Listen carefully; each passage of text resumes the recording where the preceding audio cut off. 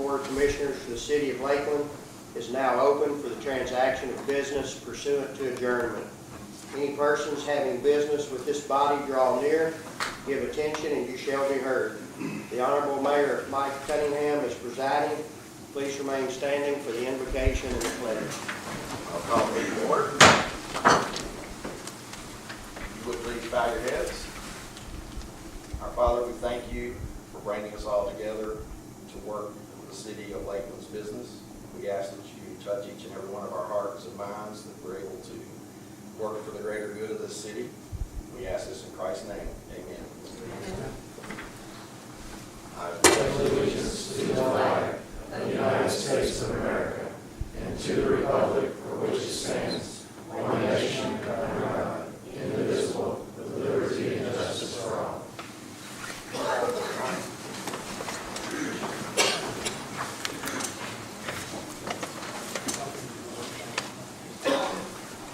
Madam Recorder, if you would please call the roll.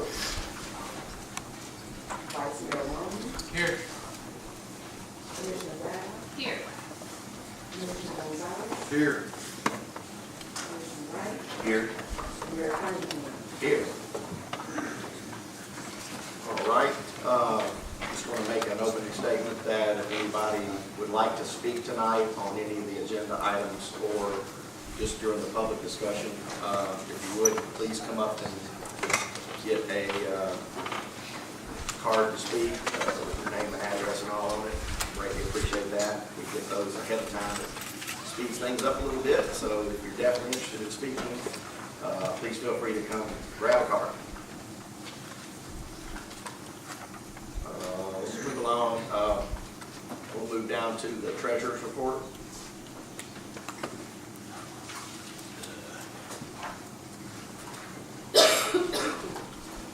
Good evening, everyone. So, my understanding is typically, the treasurer's report is rather brief, so I will attempt to be brief as well. My apologies for not getting you guys this information sooner. I'm still trying to get my sea legs under me, so there's some growing pains, but I will, in the future, endeavor to get these documents to you in advance of the meeting so you can review them before we have the actual meeting. That being said, I did notice there's a discrepancy on my sewer report. So if we could just disregard that for the moment, and I will follow up with you guys with a revised sewer report that accurately reflects the state of the fund. That being said, the main fund everybody's concerned about is the general fund. And the main thing that you guys are probably going to look at, property tax collections. Currently, property tax collections are low, and that's just because we haven't actually collected any property taxes yet. I can't say anything. We haven't collected the bulk of the property taxes yet. That's typically done in February. So around that time, we'll see property tax collections match their budget amounts more closely. Expenses of the general fund are closely within budget or a portion of budget. There are no funds or accounts, to my knowledge, that are exceeding their budgeted amounts at this particular time, and that's true of all the funds, general fund, sewer fund, state street aid, debt service fund, all of them. The other number you guys might be interested to know is the fund balance as of December 31st, sitting at about $7.5 million. Of course, we have the budget amendment tonight, which will modify that amount slightly. The other interesting thing to note is the state street aid fund excuse me, has a negative balance in the checking line item. That might seem curious to all. It's simply a timing mechanism. We haven't transferred money from the general fund to the state street aid fund yet. Did that this morning actually, and that's why you'll see that negative number there. That does not mean that we don't have any money. It just means the way it's calculated on an accounting basis implies that it's a negative value right now, but that's not a factual representation of the cash on hand. If you guys have any questions, I know I didn't give you a lot of time to review these documents. Again, my apologies. But if you guys have questions, feel free to reach out to me, or I'll take any questions you may have right now.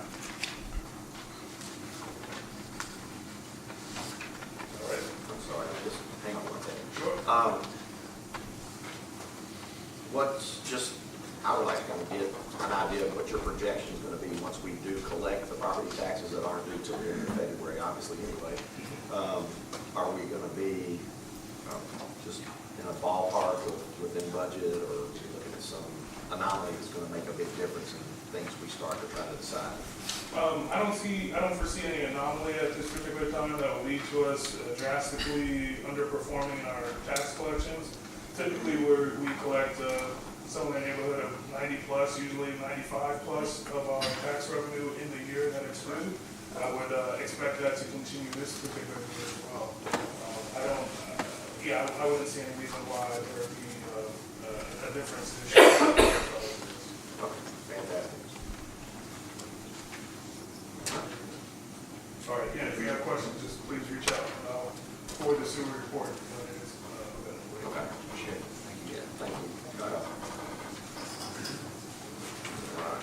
Sorry, we just got all the documents a few minutes ago, so we're trying to shuffle them through.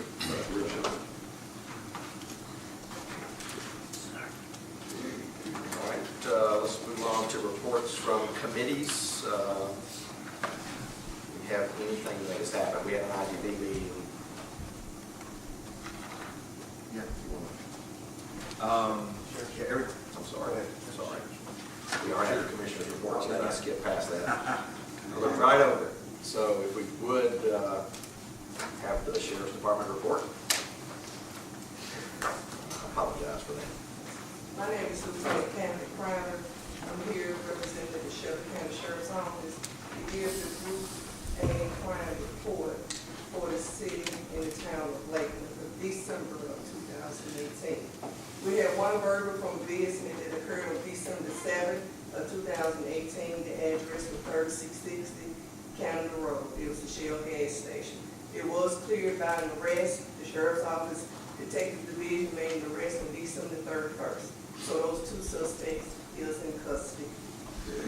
We had motor vehicle theft for the month of December. We had 3. Out of 3, 2 was attempts. Attempts mean the suspects tried to enter the vehicles and they actually got in because it was unlocked. Nothing was taken. So we had, out of the 3, 2 was attempts. We still have to classify it as a theft from motor vehicles.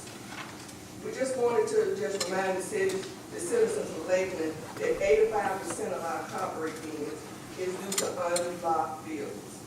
It takes a thief less than a minute to get inside of those vehicles and take you all's items.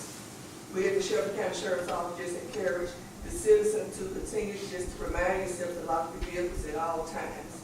We thank the citizens of Lakeland when we knock on your door in any given time of the night and we see surveillance cameras. We thank you all for helping us and releasing that information over to our detectives to reach. That's the only thing that I have to report for the month of December out of the reports to give the highlights.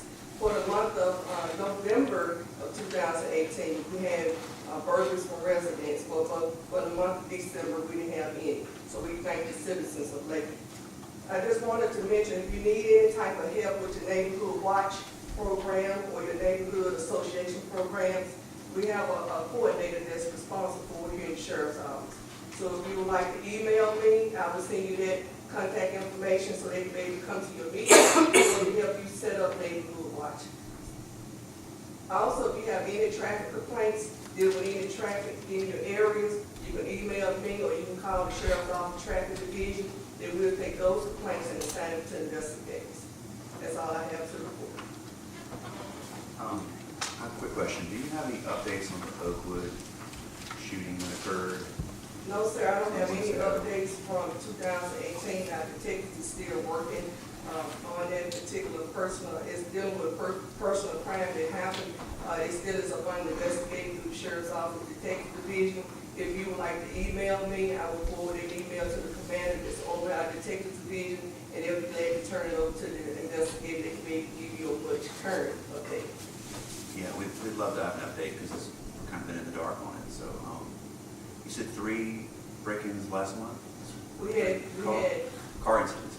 yes. That's a pretty low number. Usually, I remember I've spoken to the officers before. They say they like cold and rainy weather. Usually deters it. So January should be not too bad, hopefully. But I know citizens have stepped up and done better at blocking their vehicles, because I've noticed it has decreased a bit, so appreciate it. And I do have some literature, if you like to post it on your website for the citizens. It's more update with our current sheriff information, just reminding the citizen how to park smart, some safety tips. And literature that you would like to post on your website for the citizen dealing with resident break-ins and some tips just as well. So I will leave this information for you.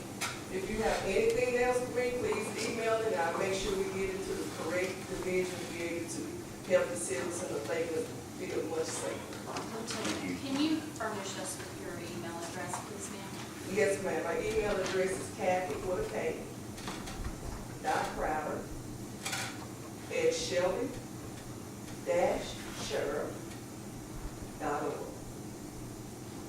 And when I was on the board before, we would get a monthly sheriff's report with graphs and those types of things. Have y'all stopped doing that? Or When we still send it out, maybe it's going to, Okay. Yeah. Okay, if you well, would email me, send me the names, and I will then send it out to we the now sheriff's know to office. look for it. Yes, because that was good information to have prior to the meeting, so if we had any questions about particular crimes, we were able to ask them at that time. Thank you so much, I appreciate that. Thank you so much for coming back and giving us the report this month, and tell Sheriff Bonner we appreciate him as well. Yes, sir, I will. All right. Y'all have a good evening. Thank you. Thank you. All right. Well, that's good news. Let's move on to the city manager's report.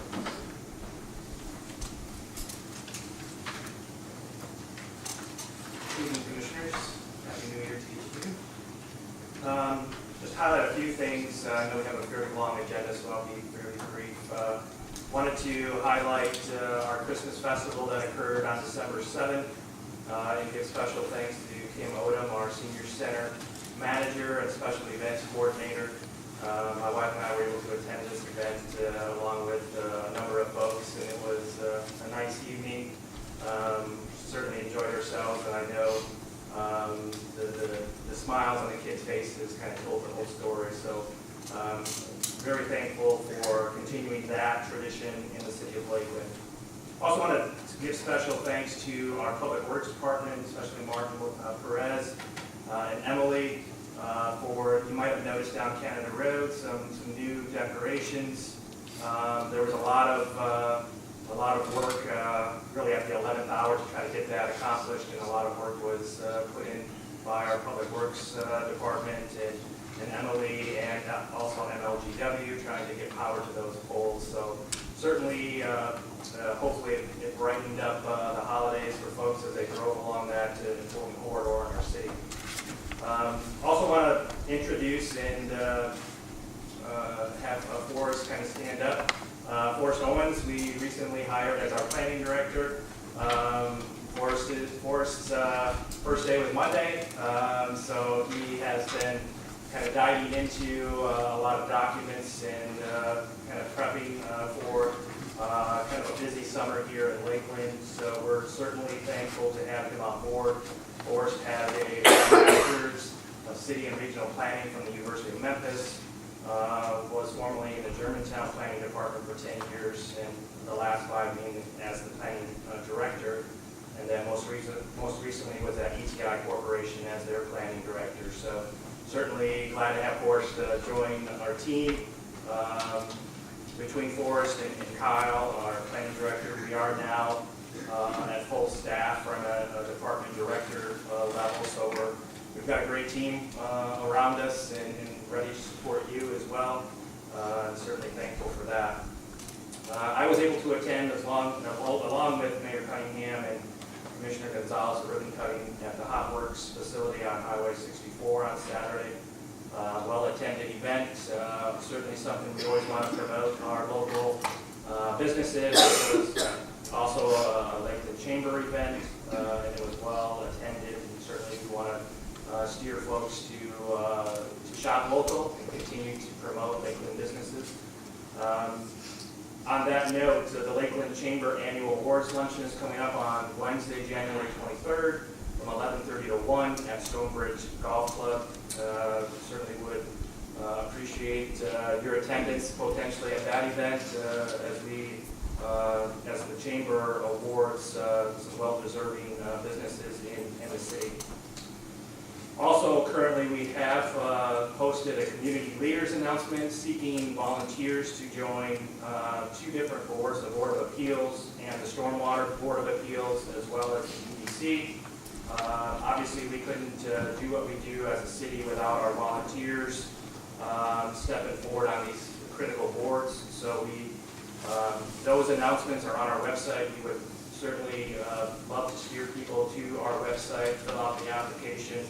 We'll be continuing to accept those positions over the course of January. And then one last item, as a staff, the budget is kind of in our face constantly, all day, every day, if you will. So one of the things we're starting to transition into is obviously 2019-2020 budget prep.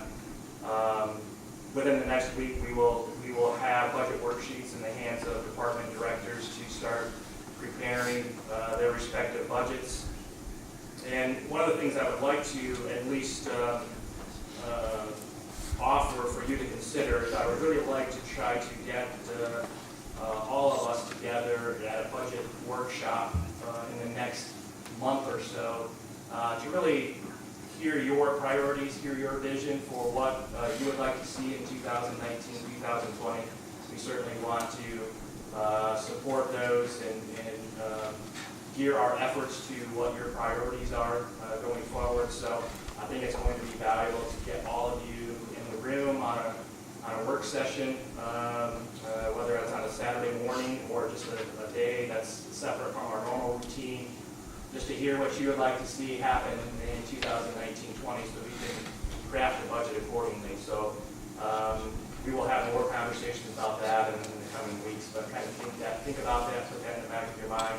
It's certainly something we want to prepare and have, not have these 11th hour wranglings over trying to get a balanced budget in front of you. It's certainly something we would like to get ahead of well before that. So thank you for your consideration. Thank you, Shane. All right, now we'll move into the commissioner's report. I was a little ahead of myself, but All right. Wesley. Yeah, we had a quick IDB meeting. We had a quick IDB meeting last month, and it's about Lakeland Commons and moving that forward. It has nothing to do with the design or anything. That comes a little bit later. But just getting that funding proposal, what they were trying to do in place, because they needed it done before the end of the year. So that went along fine. I feel real confident with the development because he's done high-quality developments elsewhere, and it's something that actually has a quicker turnaround as far as commercial development than the Lake District. So it'd be something, once it commences, it would finish quicker, and we would reap the benefits quicker from the sales tax. So I feel really good about it. It's a good, so far what we've seen of it, it looks like a good design, but we get to, look at that a little bit more later this next month, or when we get more detailed proposals. He's talking this spring, he's ready to start breaking some ground. We definitely need that. Thank you, Wesley. Anybody, we haven't had any other committees meet? Yes, we have I'm sorry. Parks and Rec.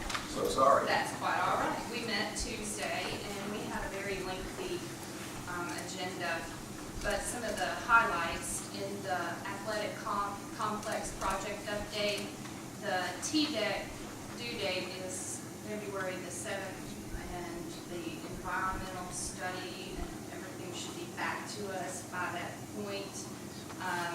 They are getting prepared to go ahead and do the survey until we actually get acceptance by the state. The next step will be the design work once we're given final approval, and perhaps we'll have football by 2020. In IH Park, they planted the permanent Christmas tree, and so we should see about 3 feet of growth per every year on that. It's about 8 or 9 feet now, so, you know, hopefully we'll be able to watch that grow and decorate it more as the years go by. The Zadie Cool Park update, when I sat on the board before, we were seeing quite a bit of vandalism in that park. And it seems like that has subsided because there was no unusual trash or vandalism. There were no police reports. An Eagle Scout has completed a project, and another Eagle Scout is interested in doing another project there as well.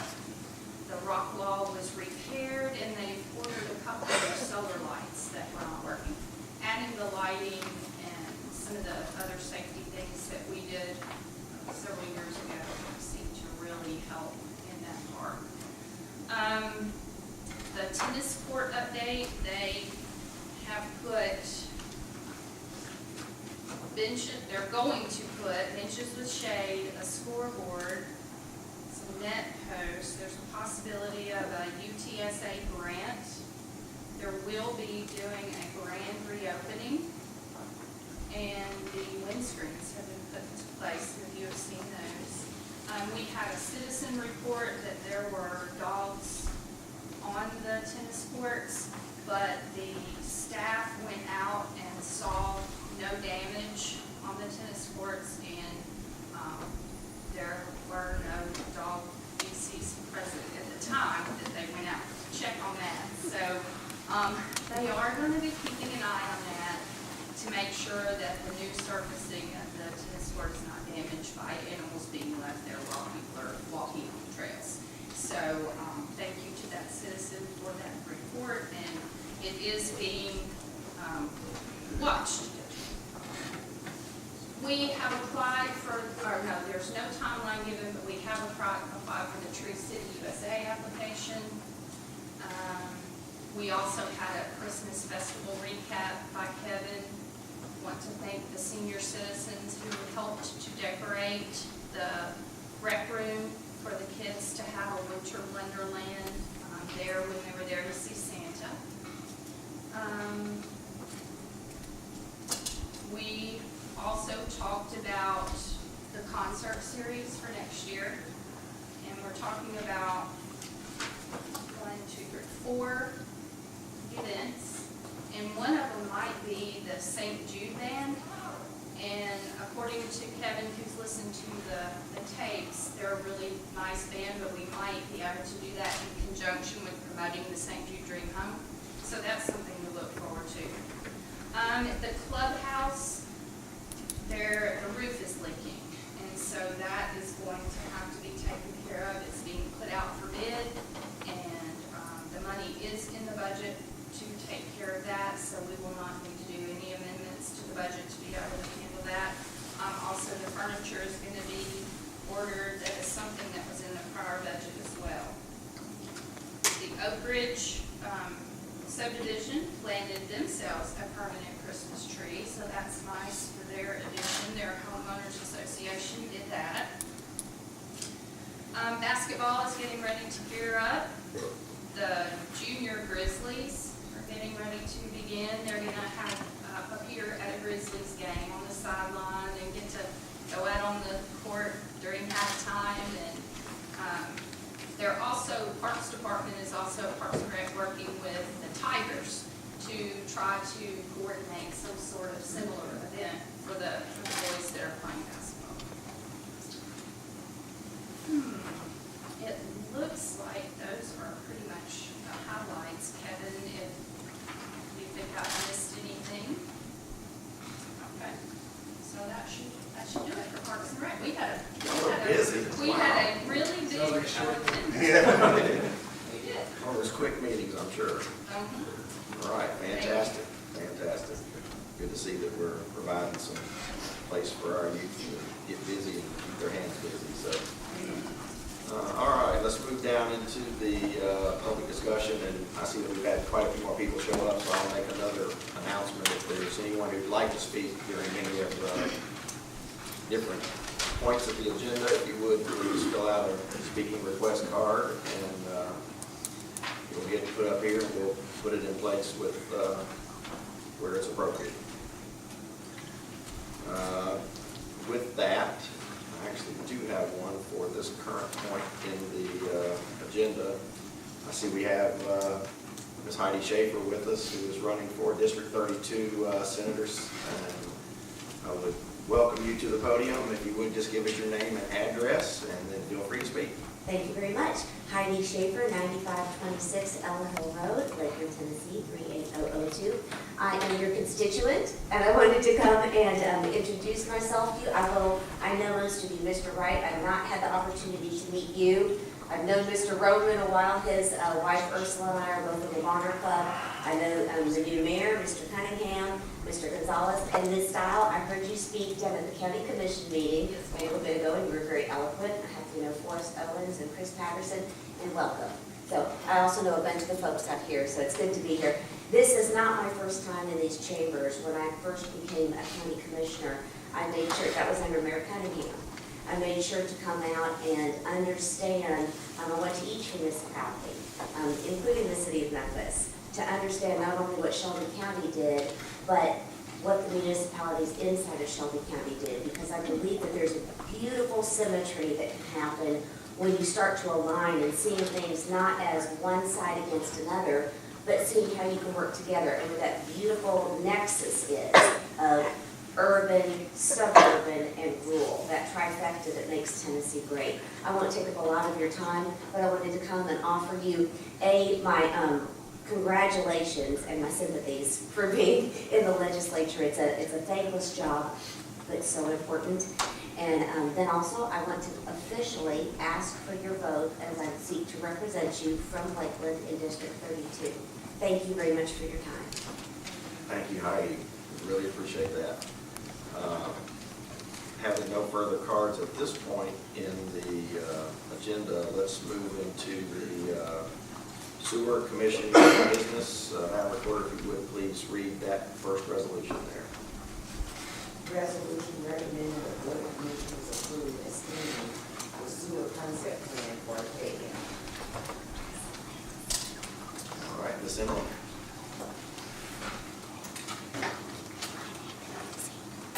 Okay, so Arcadia is not really anything new to most of us. It has been around for a while. We received it actually expired, I think earlier this year in August. And so we received a letter from the developer requesting an extension of the approval of the plan development, and along with that comes an extension of the sewer approval. So this item before the Board of Sewerage Commission, there's a kind of a unique situation here. This development is on the Clear Creek Interceptor, which is currently at capacity.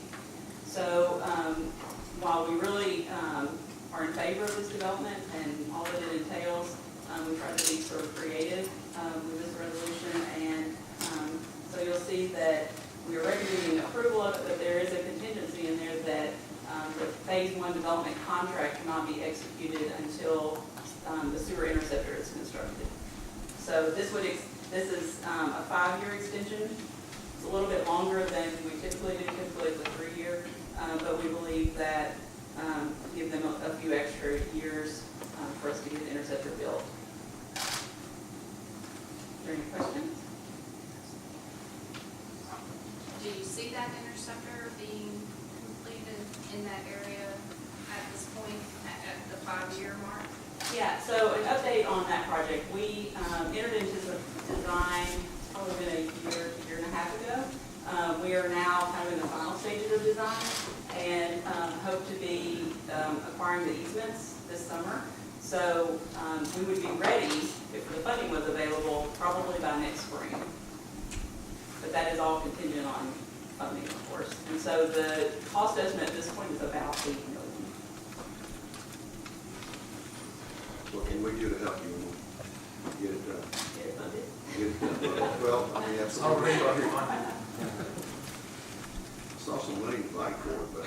Yeah, that's, I mean, as far as the engineering side of it and the design, we will probably be in the spring. So it would just be dependent on, is that the time that we're ready to spend that money? Gotcha.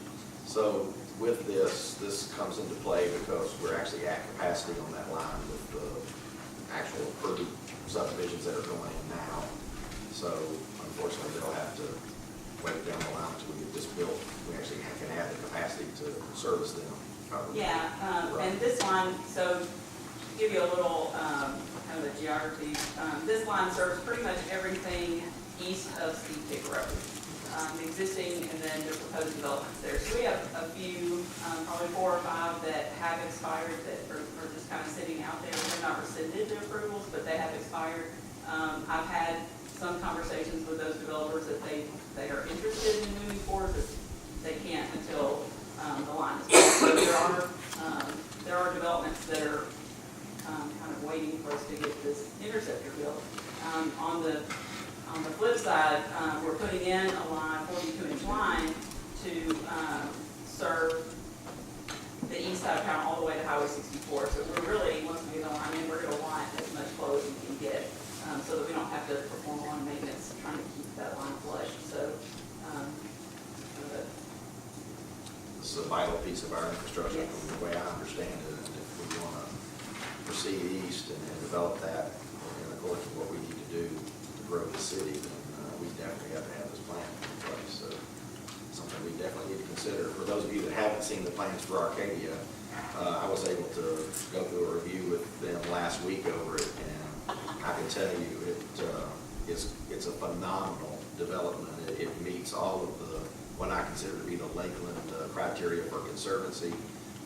It's extremely high end, and they are absolutely making every effort to save every tree they can. They actually have a tree inventory, and they know what they do and don't have to take down.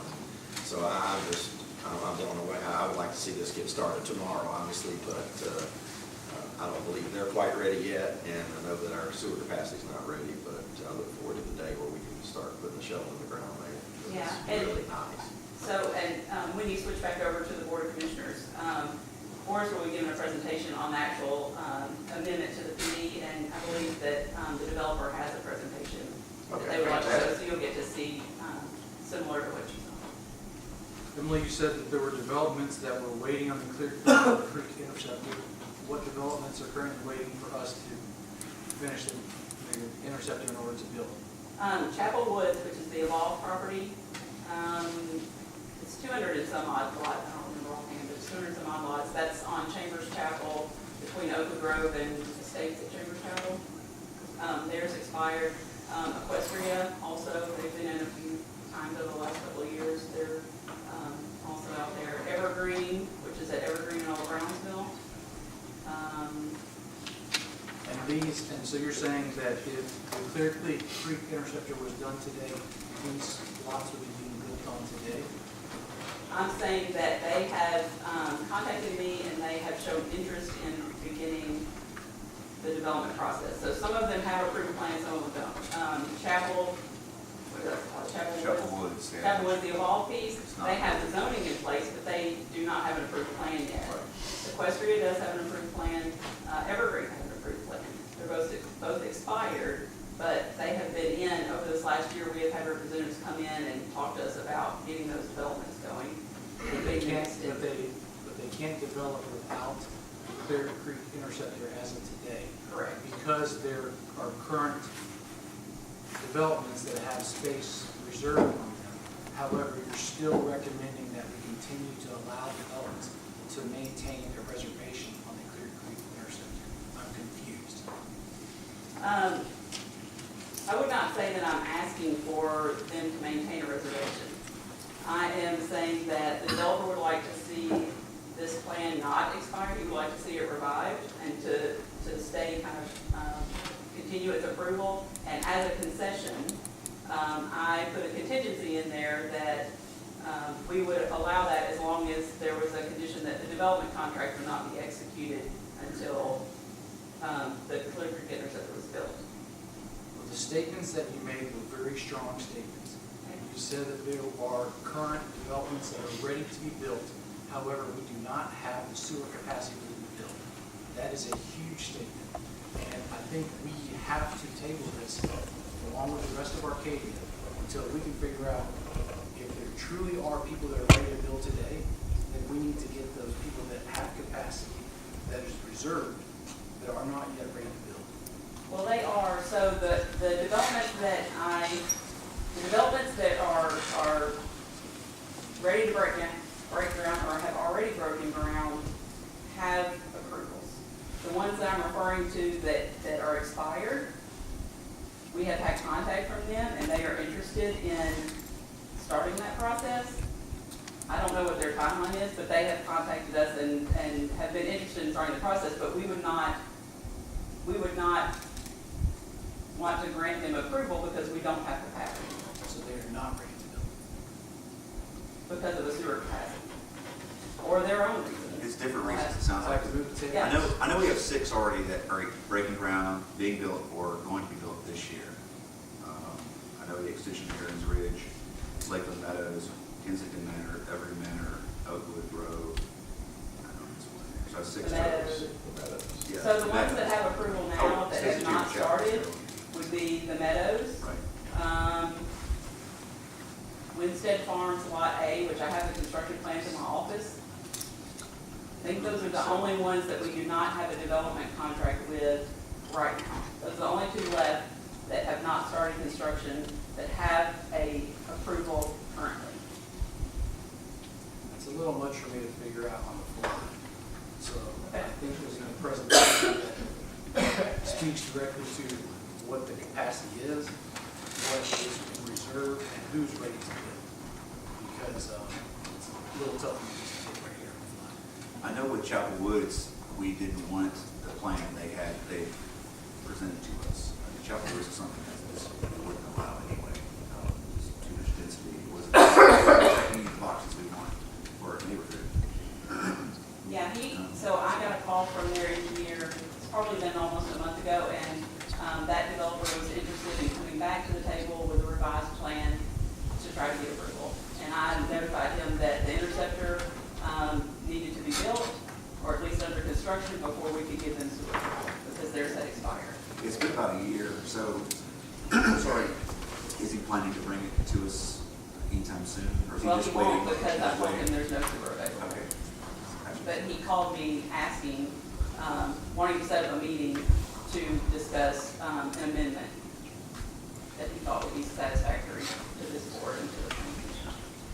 But when I notified him that the sewer approval had expired and we did not have any capacity left, then he said he would wait until the final meeting and then he'd come back.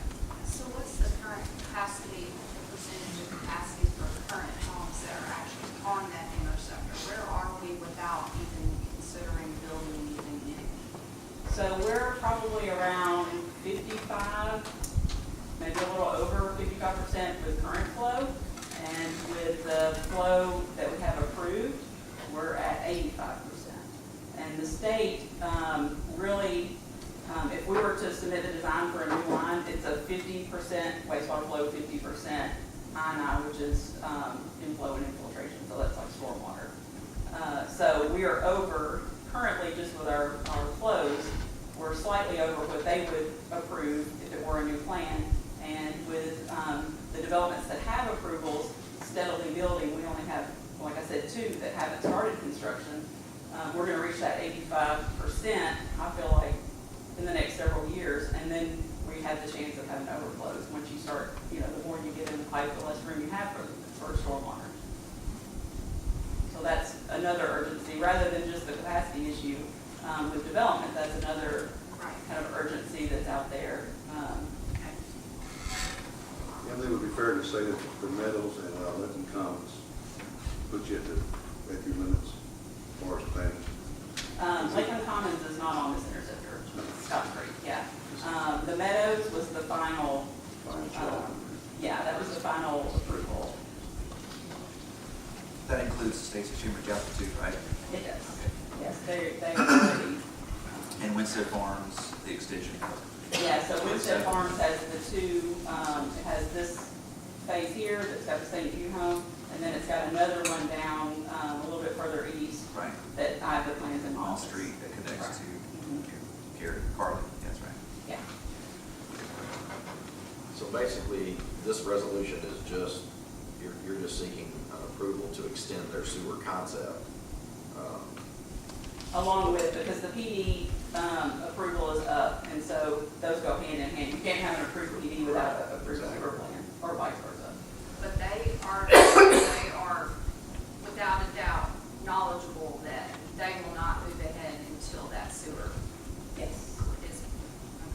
had a meeting to kind of work out the details of it. And like I said, they're here, they'll speak, once it goes past sewer commission, or you could bring them up now if you wanted to. They will most likely speak to you during the actual BOC meeting. Because you'll see this item again when you put on your BOC hat. My thing is that I really need to know what we have and don't have before I can grant, with my vote, any particular approval. And I know you do this very well. I know Bill, I'm very happy with what they're bringing to the table. However, they have been very aware of our capacity for a number of years. They've been very aware that we have had issues, so they know that they were gambling by waiting this long. So I don't feel like that we should tie up anything else when we have people that, as you said, were ready to go. Yeah, I wouldn't say, I mean, tie-up is not really the right word, because nobody that comes forward would we give approval to. So this is, like you said, it's sort of like a reservation, in a sense. If we build the line, then they, in the next 5 years, then they have an approval to tie into it. But if we don't build the They have line, approval today, right? no, it's expired. It's It expired. expired in August.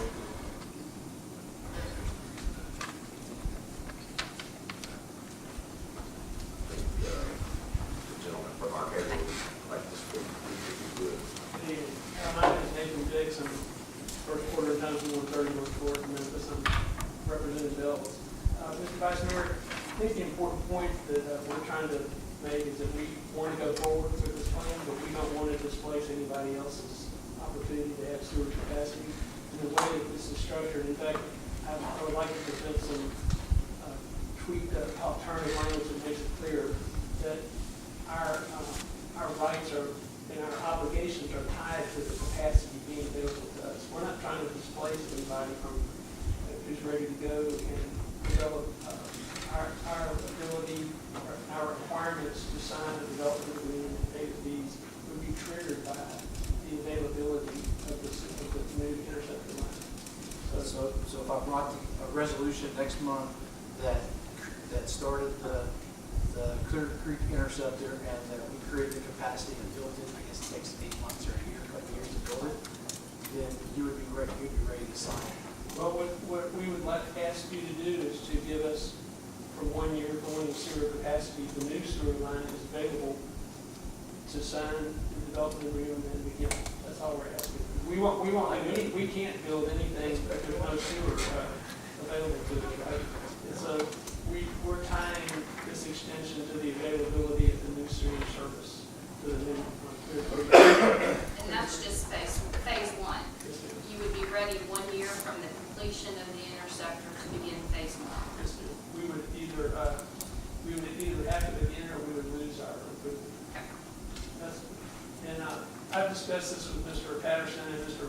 Owens, and we're not, I would be misrepresenting you to tell you that we're 100% accord with this, but if you will indulge me, I would like to serve on you or give to you our suggested tweaks to the language that makes it clear that it's tied.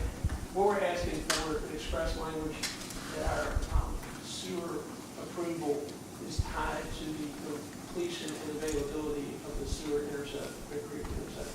And we would be required to sign the development agreement within 1 year after the sewer interceptor is available, or our rights would expire, our sewer rights would expire. And then we're going to come back on the development agreement parallel. But the protocol is here, whether you can those out or I can, or I can get them addressed.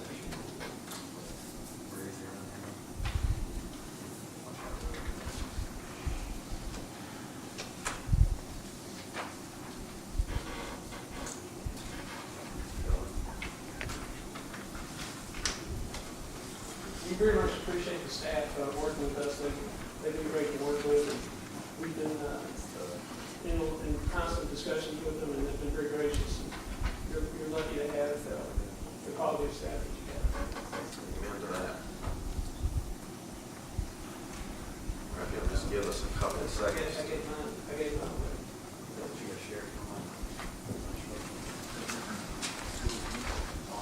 Oh, yes, I gave mine away. You're going to have somebody read it.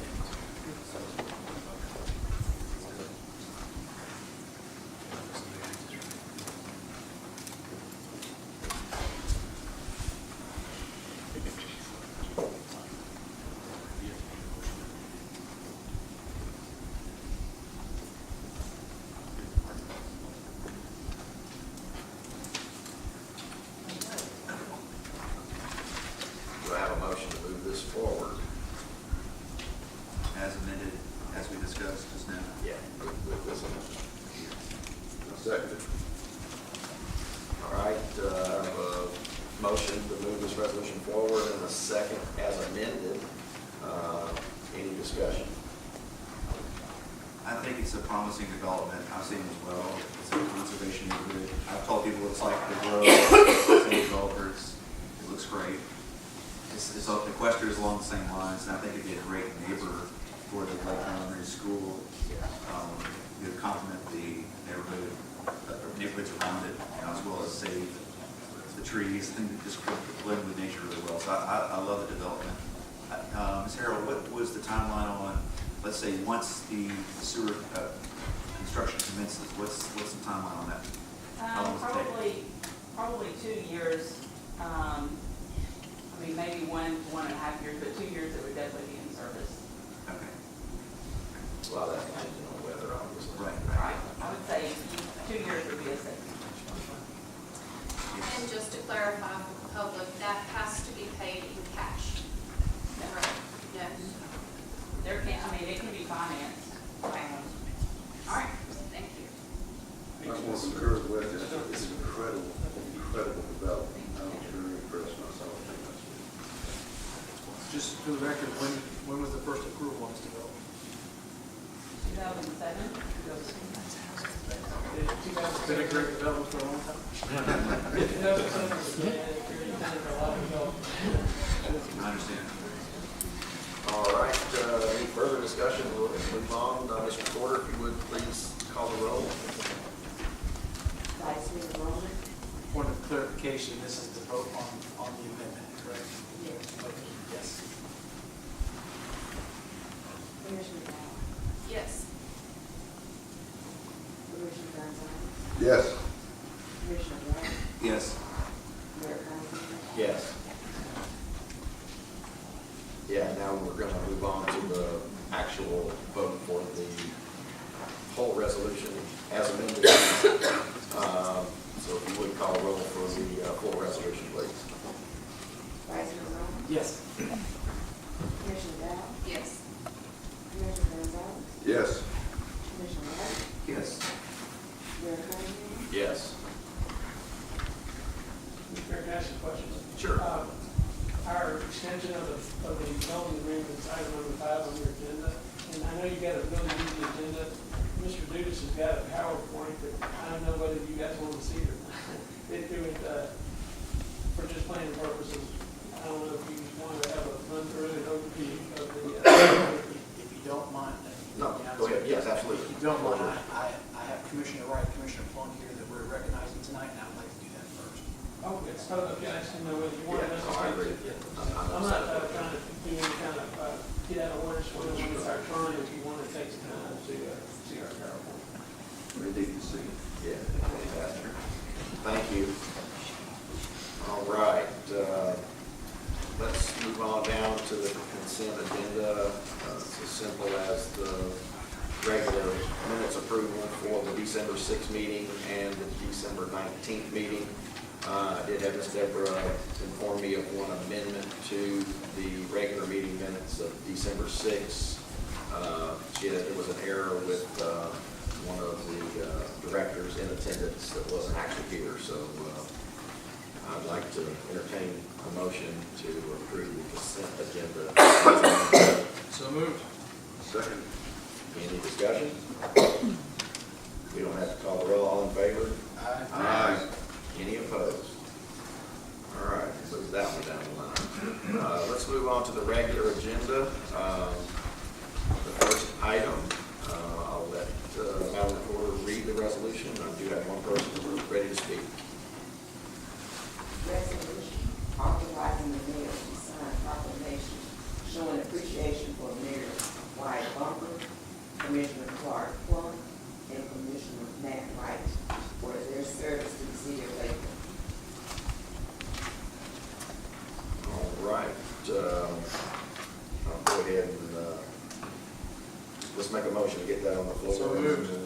Second.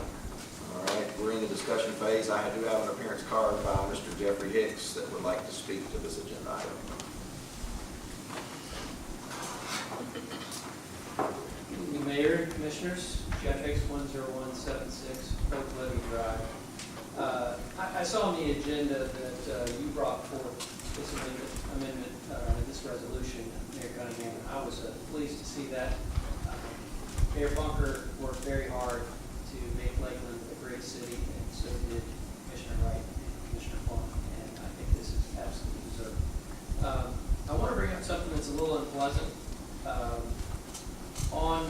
On several occasions, Mr. Mayor, you said that social media is toxic, and said that you stay off social media. But currently, on your Facebook page, Mike Cunningham, Lakeland Mayor, and on your website, it's Cunningham Mayor for All, you have 2 stories that insinuate that Mayor Bunker scammed the city of Lakeland. I'm sure you're familiar with Quite familiar with it. these pictures. So it's interesting to me that you would bring up a resolution honoring Mayor Bunker, which I think is absolutely true. And these stories, by the way, are patently false. They're chock full of inaccuracies. And really what they do is they throw shade on our former city manager and our former city finance director. And that's really who they do it, because as you noticed, they didn't hand you a checkbook after they swore you in. You're not involved in financial transactions. Okay? That's what the city manager, city finance director, and consultants are for. The people that were involved in these transactions were numerous, and they're all licensed professionals, accountants, attorneys, financial advisors. Okay? They would not risk their licenses, their reputations, or their freedoms to help scam the city of Lakeland. So I feel like that Mayor Bunker, former Mayor Bunker, is doing an apology. And these stories need to come down from your Facebook page and your website. Thank you, Mr. Hicks. I will, in fact, pull all of that information off of my campaign sites. For those of you who want to run for office, I can assure you it's never a pleasant thing to do. I can speak from experience, but I can also tell you that everything on my website is fact-driven, it's data, and it's truth. So I will take that down, and we will move this city forward. And I appreciate Mr. Hicks stepping up and speaking and making me aware of that, holding me accountable, because I will take care of it. Thank you. And with that, any other discussion? Yes, I do. Okay. Commissioner Plum, Commissioner Wright, thank you. Thank you very much. I've said time and time again that I think that we wouldn't have had the Lakeland school system if it wasn't for the 2 of you. I believe that there was a time when I had an opportunity, and I stood in front, and it was between me and Commissioner Torrey to be up here the first time. I don't know if you guys remember, but you guys chose Mr. Torrey. And I believe that that was the right decision, that God had his hand on the 2 of you and on Mr. Torrey and the rest of the board, because it was his will to have the school system the way that it came out. And I just wanted to say thank you, that you were the right men at the right time, and the city of Lakeland and my family thanks you. Anyone else? I was lucky to get here 5 years ago when you guys already started laying the groundwork for that. So I appreciate both of you and your efforts and what you've contributed. It's hard to measure. It's been immense, and I appreciate everything both Mr. Blanc and Mr. Wright have done. So if we address it, Absolutely. Real quickly, I was going to have Mark, feel free to say something if you want to. oh yeah, I'll go first, because I'm up here all night. Thank you, board commissioners, I appreciate it. And to all our citizens, thank you, especially our Lakeland employees. I mean, they're wonderful.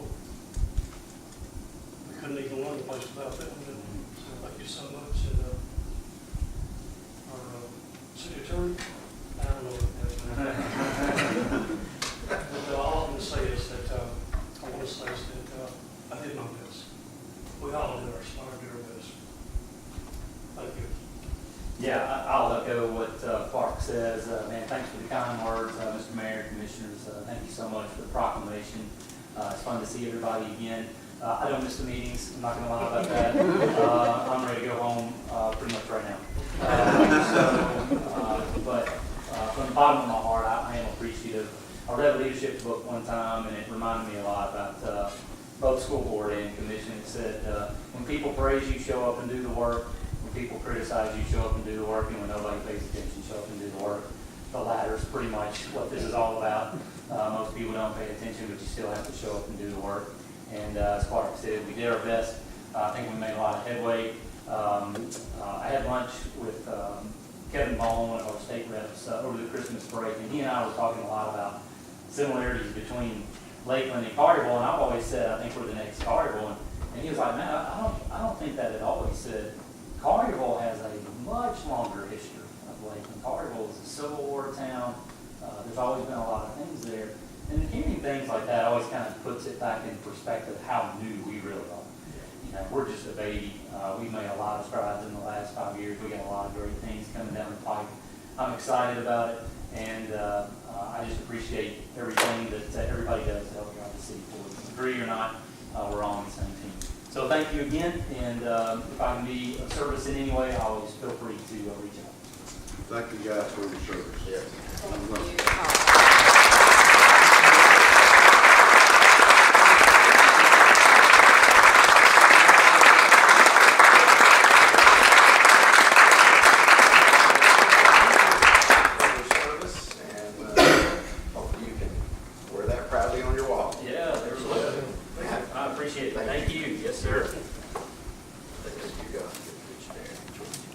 Turn around, Clark. We got to look like, wait a minute. We got to look like we know what we're doing. We got to look like we know what we're doing here. All right, thank you guys.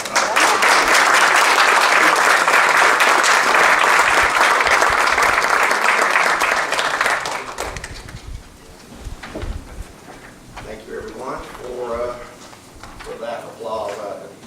I tell you, you've never been up here, you don't know what it's like, I can assure you. And I applaud them for years of their service, sitting up here and being, you know, in the hot seat a lot of the time, and maybe not so much sometimes, but never is easy, and I agree, you just always get up and do the work. So, all right, I don't guess we have to vote on that resolution.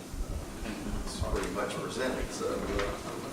It was done in a resolution, so we should vote. Yeah, you're right, let's do it. Let's technically do it correct. So, all in favor, say aye. Aye.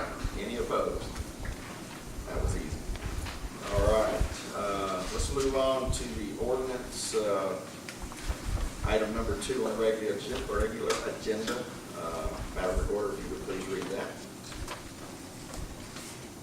Ordinance, first reading, amending the fiscal year 2018-2019 budget, passed by ordinance 18-265.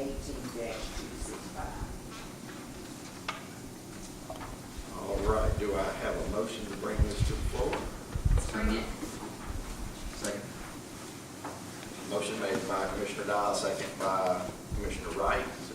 We are open for discussion, but we'll let Shane give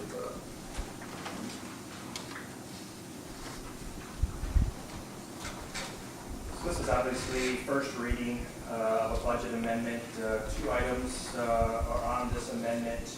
One is a $30,000 match for the EDGE program through the Lakeland Chamber, for the Lakeland Chamber. And in your packet talks about the initiatives that were part of this grant. So this $30,000 was matched by EDGE. And in combination of our $30,000, obviously brings a total of $60,000 to the chamber to move forward with their proposal that's in front of you. This was discussed, I am told, back in June or so of last year, and there was a desire to move this forward. It did not make it into the 2018-19 budget, so that's the reason for this amendment to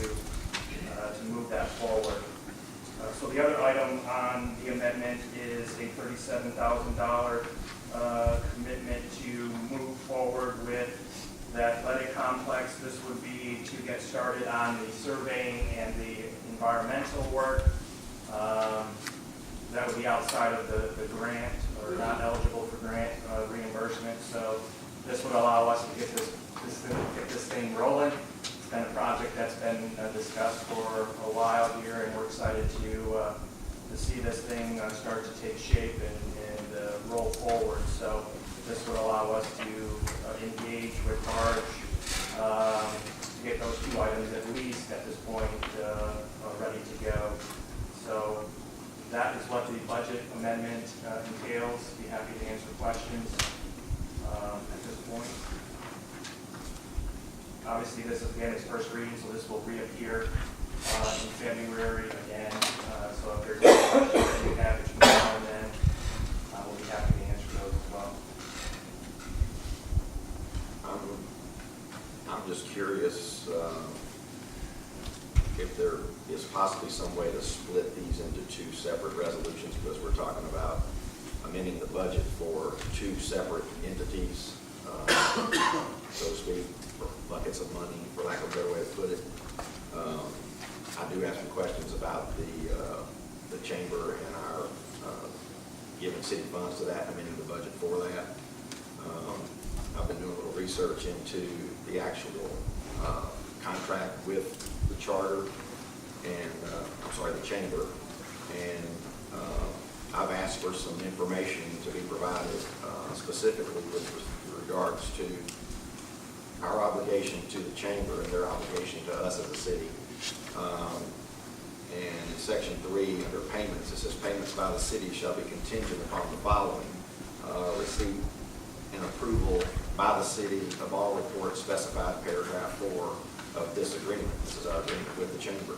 It says the city shall be the performance measure listed in Exhibit A to determine the effectiveness of the services provided by the agency. The agency agrees to submit progress and financial reports on a quarterly basis. And I've yet to see any of that. And I'd like to know how our money's being spent through the chamber. And I'd like it documented better than just a couple of sheets that I've seen attached to this that just has a kind of a high level look at where they are spending money. I'd like to see some detailed information on how they're actually spending our money to grow the city commercially specifically. I did get a report that shows they have 109 members as of date, but I was really surprised to find when I looked down that list some businesses that are not on our chamber, and I'd like to know why. Cracker Barrel's not on there, McDonald's, Crystal, Sonic, Subway, car washes, Zaxby's, Papa John's, Howard's Donuts, Exxon Mobil, both Waffle Houses, Sprouts, various churches. I just want to know, what are they doing with our money? I'd like some accountability. I'd like to see those quarterly reports of how the money's being spent. And if these businesses that I specifically just listed have been contacted, I'd like to know who contacted them and what's the status and why they did or did not join the chamber. I think that's valid accountability. This is taxpayer dollars, and before we go transferring money to give that to support the chamber, I'd like to have that accountability. So that's my 2 cents worth of the discussion piece of that. That's why I'd like to see these maybe separated, because I don't want to hold up anything that Parks and Rec is doing with regards to getting the park up and going. So I kind of defer to you for some advice there. I'll make the motion to split the question. I'm fine with that. Have a second? Second, brought back. Brought back to Okay. We'll bring that, we'll bring that back the next time as 2 separate. I was going to comment briefly on the chamber. I know they can present you this information. I'll speak to some of the businesses. Some of them are very passive and very inactive when you try to get them involved. Some of them are corporate because of corporate reasons. They're not locally, they don't have local representation, such as Cracker Barrel or some others. Now, some are franchisees where they, like Crystal's, I think, has a local guy that it can be more involved, but that's part of the problem. They've had issues with getting people to actually connect when reaching out. That's been part of the problem. I just want us to get what we're paying for, and that's to get people engaged. And They do have regular monthly meetings. Actually, they meet here, I believe it's the first Thursday of each month. I think Mayor Gonzalez came to the last one. Commissioner Gonzalez came to the last chamber board meeting. So they are open and available for any of you to sit in. They usually meet around noon to 1 over lunch. And they present reports, they present budgets at that point, and I can certainly pass all that information on a monthly basis. I try to attend those as well.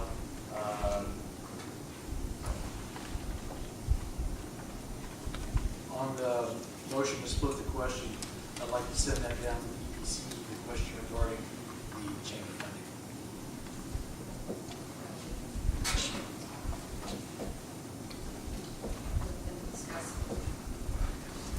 I think probably if that's the desire of the board, probably the thing to do is to come back next month with two separate ordinances, or the table one, and have the EPC to chime in on it. You can't really send the budget meeting down, But at least they could give their. It's required to give a report to this body. Yeah. And I would imagine that the chamber would be willing to. Yeah, I would like to send them here tonight to represent what we're asking, what they're asking for. Yeah, and maybe that's partially my fault. I had mentioned this was kind of first reading. There certainly had a willingness to come, and they can come to the next month's meeting as well. I don't think there's anything that they're not afraid to talk about anything on the table. So. Shane, my other question was, this is outside of our contract, so would our amount that we already pay as part of our contract not go towards this $30,000? Yeah, this would be above and beyond the monthly contribution that we make to them. And can you remind me what that monthly contribution is? I forgot. Is it like $1,200? It's like I believe it's 2,000. And it was moved to 2,000, yeah, right? I was under, it's not paid for a little while. But it was retroactive, so they did get a few months back, but going forward it's 2,000. So I would just ask to see if this, because the idea of this is a match, right? And the mayor said I'm not disagreeing with. So I would see if part of our match could be what we're already paying, the 24,000, because the idea is the city is matching. The city is paying towards this. I mean, Yes, is there a stipulation that it's some new money? I think that goes to their operating costs, if you will, our contribution to operate the chamber on a day-to-day basis. This would be something above and beyond. And obviously I wasn't here at the time, but I was told this presentation was made in front of the former BOC, and there was a desire to invest in these initiatives. I recall that. I remember a presentation. I'm not sure about the numbers as far as this is on top of that. I remember a presentation. Okay. I think we can start fresh. I would entertain a motion that we table this. Could we, I'm sorry, I didn't want to interrupt. That's okay. Would you consider moving forward with the parks allocation at this time, at least for first reading?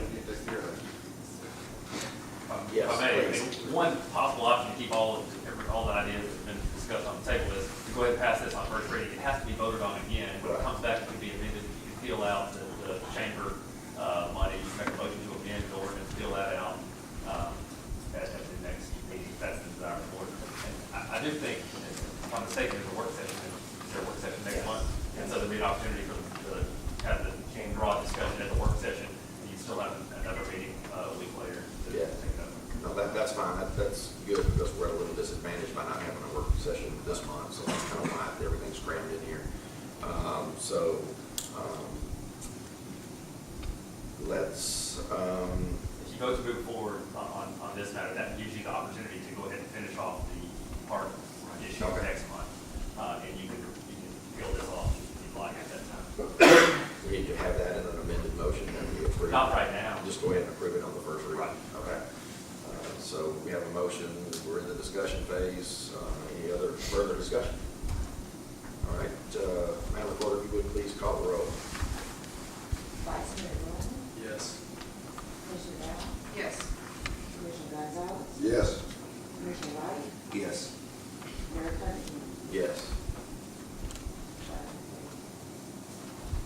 motion carries 5-0. Thank you, Shane.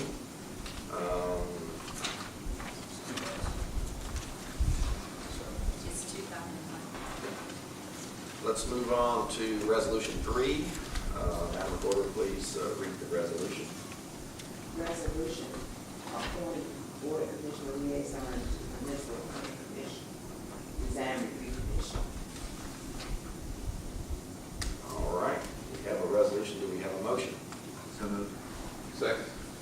Motion moved by Commissioner Wright, seconded by Commissioner Gonzalez. Floor is open for discussion and nominations for the liaison for the Municipal Planning Commission. I'll nominate Wesley Wright. We have Wesley Wright nominated. He took the words right out of my mouth because I was about to nominate Wesley because I've seen him at this meeting and this is his passion. There's no doubt about that. Second. Any further nominations? Y'all ready to, we don't even call the roll. They're all in favor? Aye. I'm sorry, I missed it. All in favor for Wesley Wright? And I didn't ask him if he was willing to serve on that liaison role also. Did someone nominate him?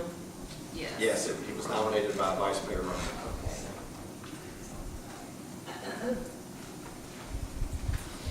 That was easy. All right, Madam Recorder, if you would read Resolution 4, please. Resolution appointing members to the Park and Recreation Board, Natural Resources Board. Have a motion to bring that forward? So moved. Second. All right, motion made by Vice Mayor Roman, seconded by Commissioner Gonzalez. We'll let Mr. Rooney, if he would, speak to this, and then we'll move on to discussion if necessary. This is basically, we have one vacant spot on the Parks and Rec Board, and then we have 2 positions that have expired as of December 31st, either needing reappointment or replacement.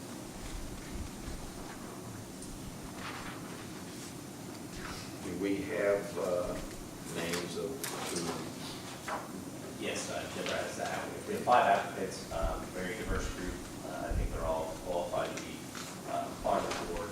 One of the things that I've always enjoyed about our Parks Board is a very diverse group already. I think these people will bring additional assets to the board and kind of help keep the diversity going.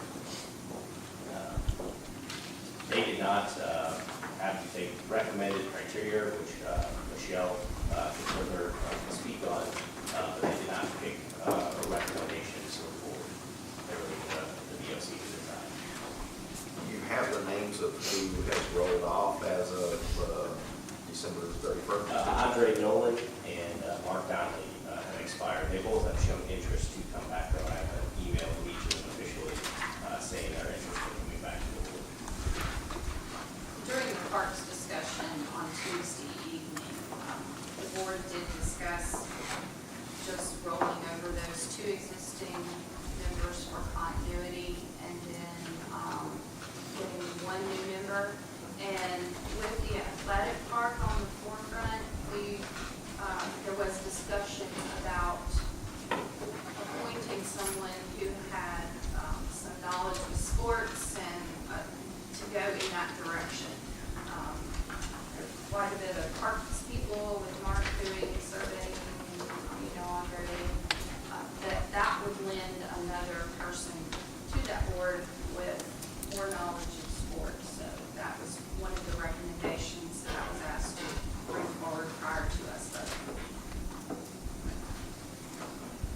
Are we voting tonight?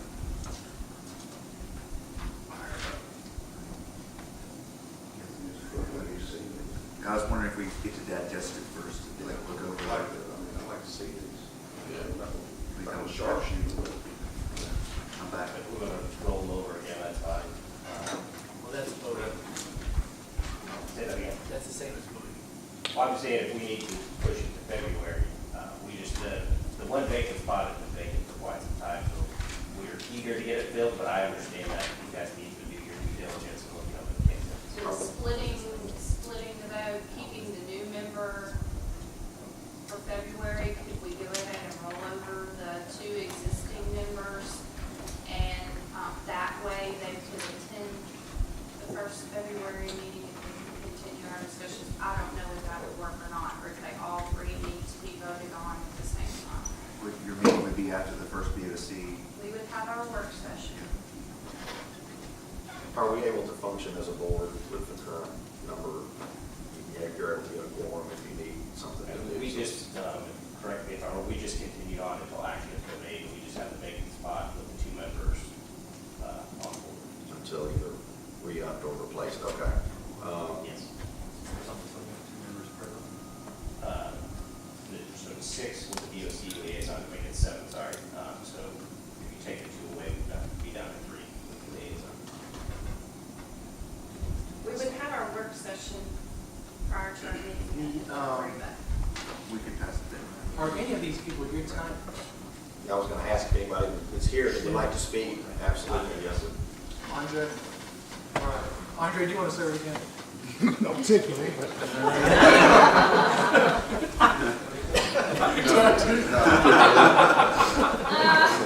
See, I showed up. Here's an all-day job. Very good. Pretty well. I've talked to you a couple of times since I was nice to meet you. I'm really passionate about some of the things we've got going. One of the things that I have discovered about working with government, monumental slowness of it. Stuff I thought would be done in my 3-year term is hardly started. I'd like to see some completions. I think we'll see the dog park probably next year. I think we might get actually play a football game or an athletic complex in 2020. These are all things that we're passionate as a group moving forward. I speak to Mark is involved in it.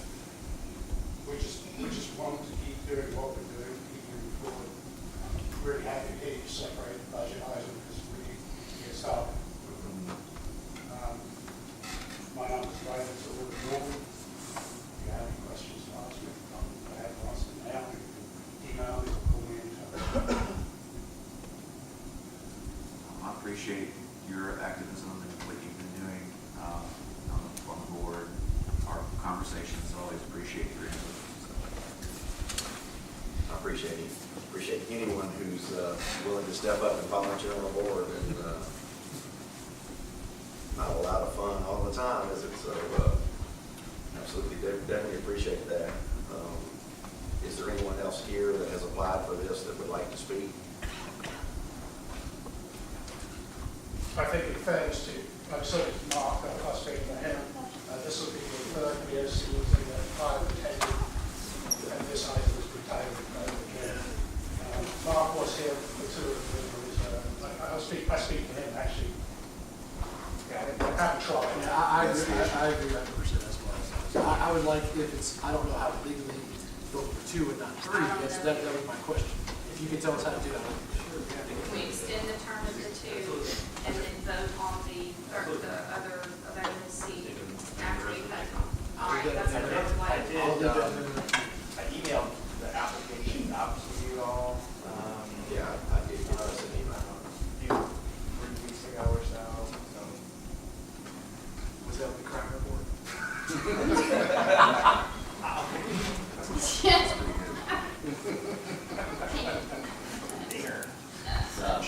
If we are going to move the new appointment, I've asked them from previous meetings, save the time, they're saying it would be a table, kind of got lost in the transaction this time. So I'd be happy to ask the 5 applicants to attend next month's work session if you'd like to interview them in person. I think that would be absolutely the best way to take care of with one role. And I'll entertain. The new act. And the resolution.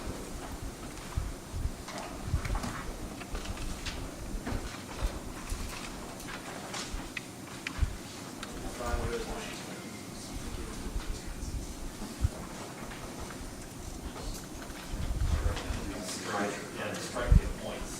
Or we could just press it, put it on the screen. All right. Yes, my vote is. You can just make an amendment to remove the section where it says appoint and then blank space. Strike that out of the resolution and move it on.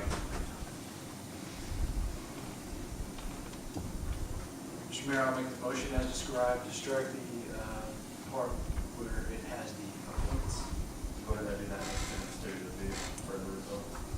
as well as the next sentence being further resolved in the Lakeland.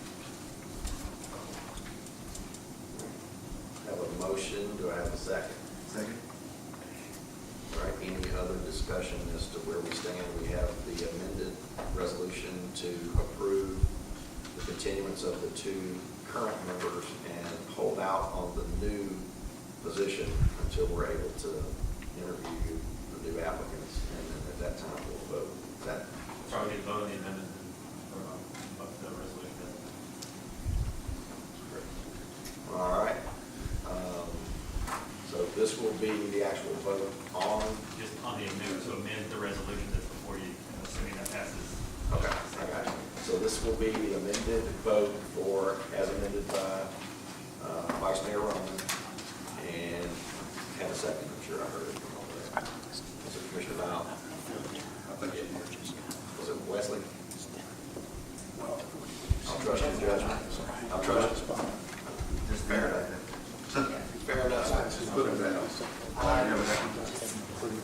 So this is the vote on the motion to amend. Yes, this is the vote on the motion to amend. Madam Recorder, please call the roll there. Vice Mayor Moore, Yes. Commissioner Dodd, Yes. Commissioner Gonzalez, Yes. Commissioner Wright, Yes. Mayor Cunningham. Yes. All right. Resolution as amended. Now we need to vote on the resolution as amended. All in favor?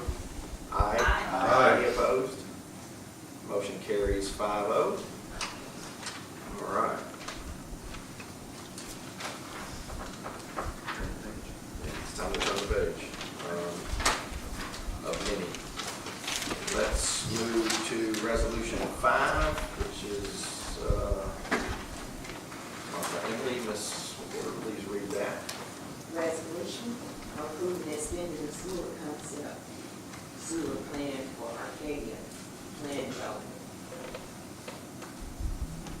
Mr. Mayor, can we take 6 along with it? Absolutely. Would you please, I'm okay with that. Is it? You'll read resolution 6 as well. We'll combine those.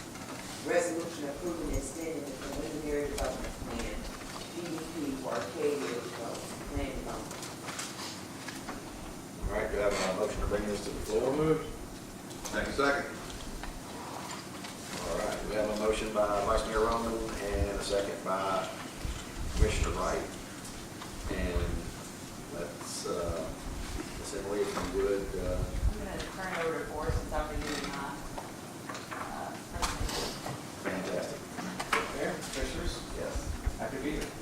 I would appreciate it, Mr. Mix, could you pass out the revised? Yes. And I guess my question to the Commissioners and Mayor, to you is, do you guys want to hear the PowerPoint presentation? This revised amendment to the plan developments would coincide with the sewer extension, and so they've got language that actually would supersede what you have, we've given you in your packets. So, if I can explain, I have what we lawyers call a red line copy, which will show the changes before you have a clean copy. I'm happy to give you both, or the red line is probably more useful to see. I'll need the red line to read it. Yeah. Yeah. Well, we'll do both.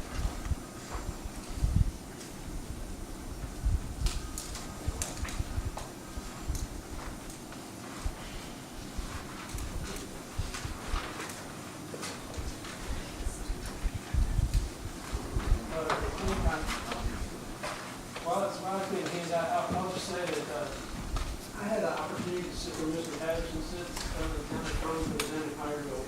I have for 20 years, been sitting in that seat for 20 years. And so I'm very sympathetic and empathetic to the developers as they make home presentations to the boards. And so we're happy. We brought it back to PowerPoint, and we're proud to show it to you, but we're also very sensitive to the consideration. So that's why I asked before. Because I sit there and I sit through a lot of these presentations. So we'll do whatever the board wants. I know I'm fine with it, I think we spoke earlier that we're okay with just doing a PowerPoint. Is it the same PowerPoint or you have two different? I think it's two different. That's why I Let's was choose choosing one. one. Yeah. Used to kind of. Maybe just the one that shows people visually what it's gonna be or what you're trying to do, so they can, since there are a lot of people probably watching, they can get a refresher course on it. Well, you've heard Mr.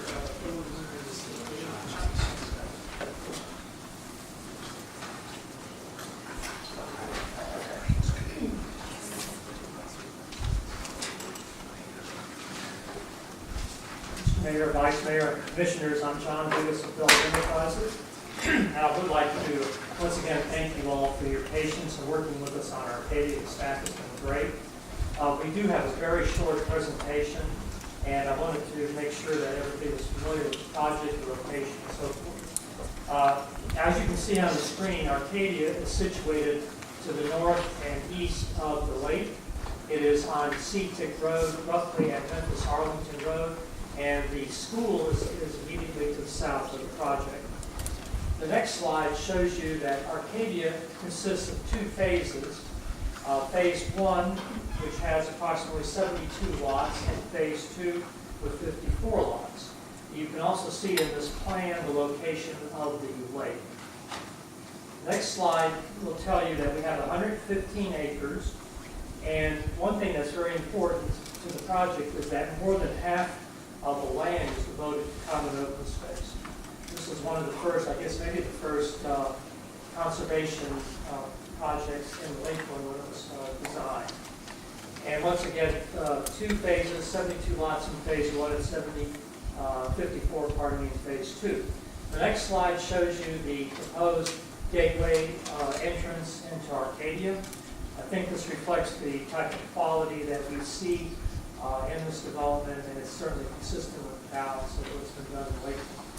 Next slide is our natural features, and we have a 14-acre lake within the development.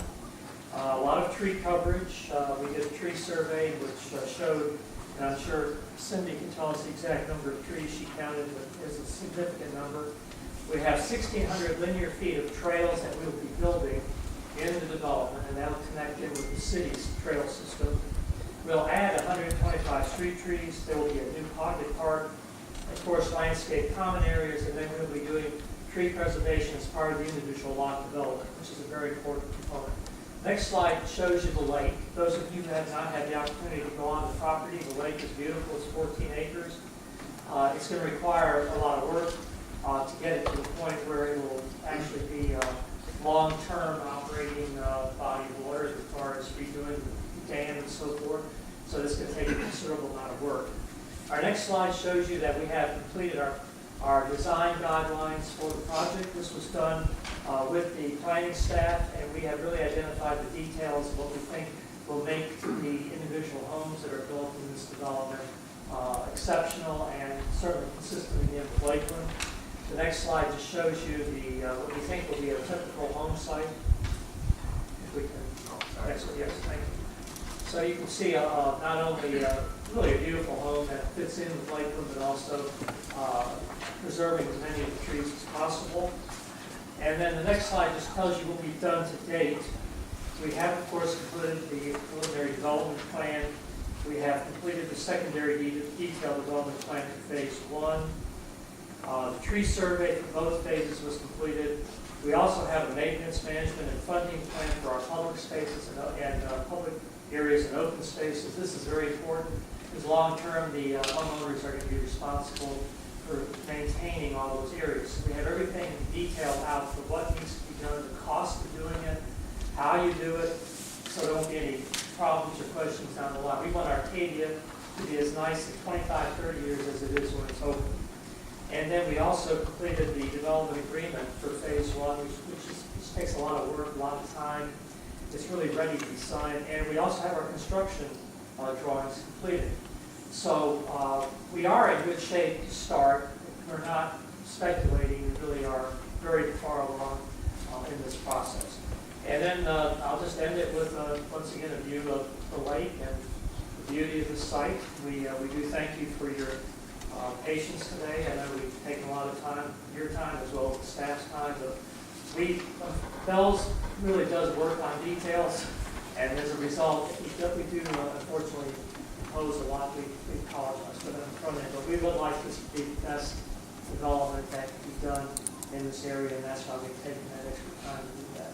So I'll be glad to answer any questions, or I'll turn it back over to Nathan, who will go over the amendments to the resolution. If there are any questions first?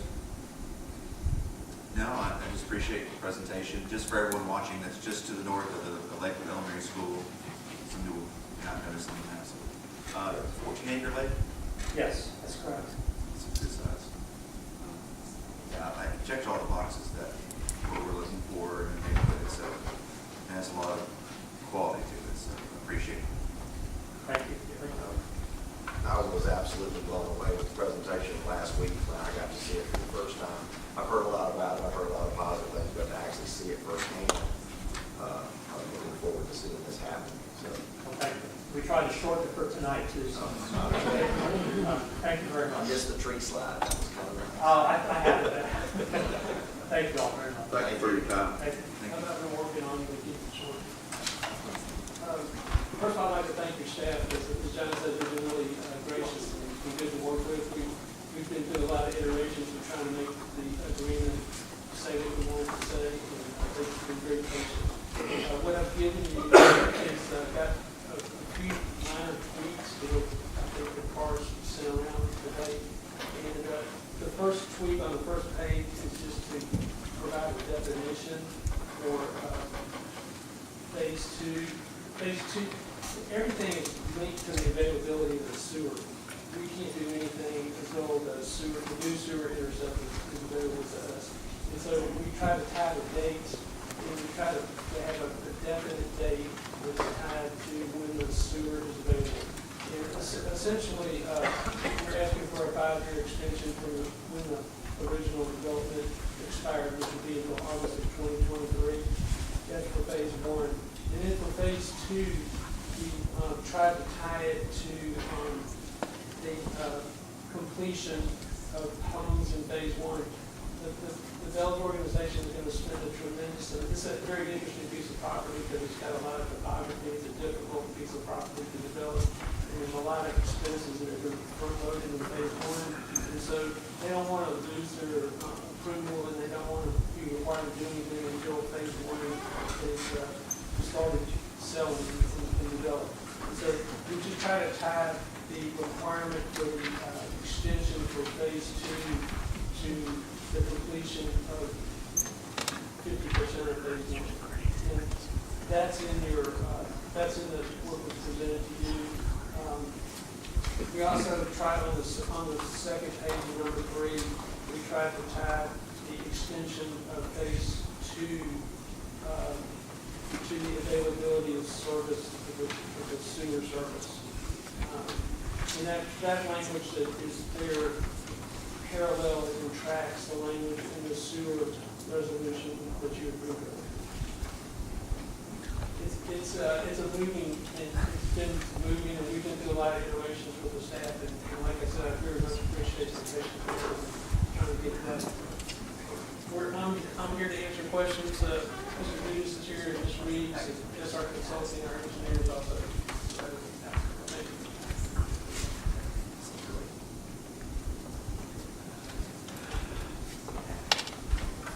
The only concern I may add, the staff has is with regards to item 3, the second portion, which is B, 1 year after the completion or construction of the Clear Creek Interceptor. And I guess our concern would be that if the Clear Creek Interceptor was not to be constructed, that presents an open-ended approval that doesn't terminate. It is still tied to the sewer, and they couldn't do anything, but we just have a bit of an unease about creating an open-ended approval for the plan development. I'll say they pretty much have an open-ended approval now, so I'm perfectly fine.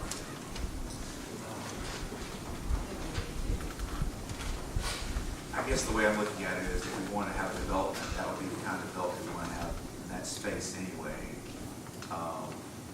So This will make it where we want to see.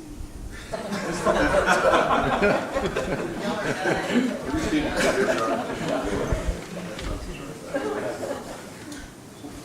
do believe, unquestionably, that it's a very high-quality development and one that certainly is like to be proud to have within the community, and so we're with you there. Mr. Mayor, I'll make a motion to amend. Is it okay? Yeah, absolutely. Under, which is accepting his red letter changes, provided that adding the verbiage after phase 2, 54 lots, ending with phase 1, provided that the above date for phase 2 shall be extended until the completion of 50% of homes in phase 1. Completion of homes shall mean ending with issue for homes. As well as accepting his red letter change at the end of item 3, starting with meeting of the Board of Commissioners by the latter of A, August 11, 2023, or B, 1 year after the completion of construction of the Clear Creek interceptor. Right. We have an amended motion where we have a second. Second. Any further discussion? We'll go ahead and vote on the amendment first, and then we'll vote on the whole resolution. So, Madam Recorder. I was going to ask a quick question. Sure. Maybe I can ask it after. It's not perfect. It's not a rush, but Joe, what is the trend? Let's say there's multiple phases. What's the percentage? What's the average percentage of how much they want to complete the first phase before they can start with the second phase? Do you know what the norm is? That's what's I guess. Usually complete phase 1, record the final plots, they can sell those lots, and then start phase 2. So usually they're done with the infrastructure, and they're able to sell lots. So they're building houses when they start the next development. Well, so when we say completion of phase 1, is that when we're saying 50% the houses are completely being built, or 50%? He added an item that defined that as getting their certificate of occupancy would be considered complete. So house built and occupied. Okay. All right, so no further discussion. Let's go ahead and call the roll on the amended resolution. Vice Mayor Bowman, Yes. Commissioner Dow, Yes. Commissioner Gonzalez, Yes. Commissioner Wright, Yes. Mayor McCombie. Yes. All right, and if I can get a motion to approve the entire resolution. Second. All right, no further discussion. All in favor? Aye. Any opposed? Motion carries 5-0. All right, fantastic. I have so much paper, let me catch back up.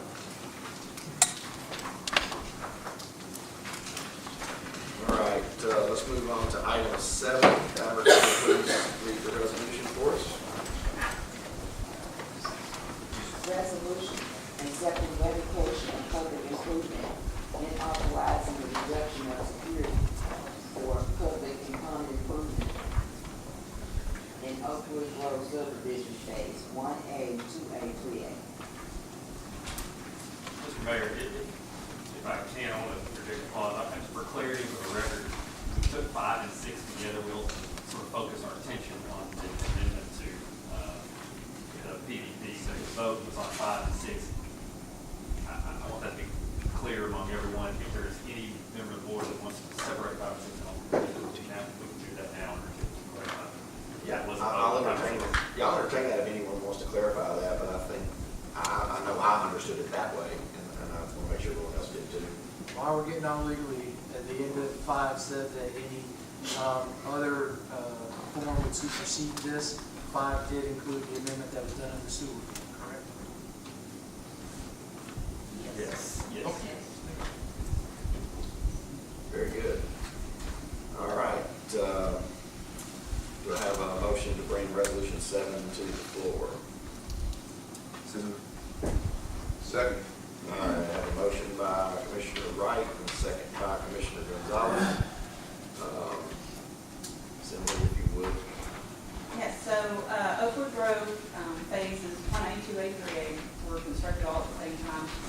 They were actually recorded their final plat back in, I believe, June. This item was kind of postponed by the Board of Commissioners. They were looking for an approval of the sign plan. That has been approved, and they will be constructing that by the phase, just their entrance sign to the subdivision. So it's appropriate now for us to accept the public improvements, which are the streets, the sewer, the stormwater infrastructure, and reduce their security to the amount that would cover the final surface of asphalt for that phase, and any warranty work. We are guaranteed a year warranty from this date for any issues that come up. So that would cover, I calculated it for, those items. So it's 10, basically what I did was I took 10% of the security that we retained for drainage and sewer, and I think water was included also, and then 100% plus sort of a cushion, I guess, for the surface asphalt to cover the next few years. Anyone have any questions, further discussion? No, we've known that they've already finished the roads. So they've already started constructing the first section. Looks like 2A. They started. Yes, because so the process, the final plat goes to planning commission. And when planning commission approves recording of the final plat, that establishes the lots that gives them the approval to start home construction. Typically, the month after, I will bring to the Board of Commissioners acceptance of public improvements, so that legally we're accepting the roads and pipes and things like that, and then they're eligible for a reduction of their security if they have, constructed everything according to our standards. So that's what this is sort of the second part of that final plat approval. I think this was discussed at our December meeting, but with everyone being so new, we decided to table it to this later date because we wanted to make sure we had our arms around everything and that we are not giving away the farm, so to speak, without keeping enough funds to put the final payment on should he walk away. I don't think he would, but yes. So things have happened. yeah, sorry. So typically we do the reduction at this time, and then at the end of warranty, and then when they apply their surface asphalt, then we would release it at that time. So there's not typically a reduction in between. It's usually this one reduction and then release. Right. And I believe I asked in December, we do have enough funds to cover any cost increase that might happen over however long it takes them to. I remember you saying that. I just wanted to validate it. So. And the development contract limits them. The maximum amount of time is 4 years. That they have to get the surface down. It used to be just based on percentage of build out, but we had so many problems kind of in the downturn of the economy not getting pavement down that it's limited to 4 years now. So at 4 years, though, we were required to put the surface down, no questions. Fantastic. That was my other question, but if we had a downturn, we decided to just hold up on everything. So. All right, fantastic. Any further discussion? Well, real quick, so that would mean the house construction would be complete in the 4 years, or are you saying they have to get their surface down regardless? Regardless. Okay. Regardless. Well, that's what Evergreen Hills went through that. Well, that's what I was curious about. With either kind of heavy construction follows that 4 years, would there be issues? Well, the problem is the course that's down right now is a base course, and so it's not meant to be driven on for an extended period of time with heavy traffic, and so you're talking about 2 inches of asphalt versus 3.5, and it's a different mix that goes on top. So the criteria in the development contract is to start and build out, I think it's 70-75% for 4 years, whichever comes first. So it could be that the asphalt goes down before the 4 years if they build out to that percentage. Right. Are there private alleyways in this road? No, it's all That's where the problem happens. The private alleyways. The street design is very basic for a not too good. Don't plan on paying for private alleyways, and yes, it can be a problem. Well, that issue paying for them is just that they said, but if the lots stay vacant, adjacent to that private alleyway for a long period of time, they take a beating when the cement trucks come in there and start building main foundations. And next thing you know, the HOA is coming to recruit alleyways. Thanks. So this first application cost $180,000, and the last one will cost $95,000. Is that typical for the one that goes down now to be double security down from 275,000 to 95,000, that leaves us 95,000 for the final lift. Of that phase, just that phase. Just that phase, okay. Yeah, so it's, the way the security is calculated is, we receive a, construction estimate from the developer. I evaluate to make sure that the unit costs are reasonable, and it's an itemized, so it's every item that they're installing. There is a formula we use, most everything is a 10%, with the exception of the base course, and the road prep is 30%, and the surface is 100%. So that's how the security is calculated. And then on the reduction, I look at 100% of surface, plus some, depending on, that 4-year period, so that we have enough to do it if it goes 4 years. And then I try to retain some for any warranty work that might come up, just in case. So that's how it's calculated. I mean, so the difference between developments depends on the amount of infrastructure going in. It could vary dramatically. Thank you.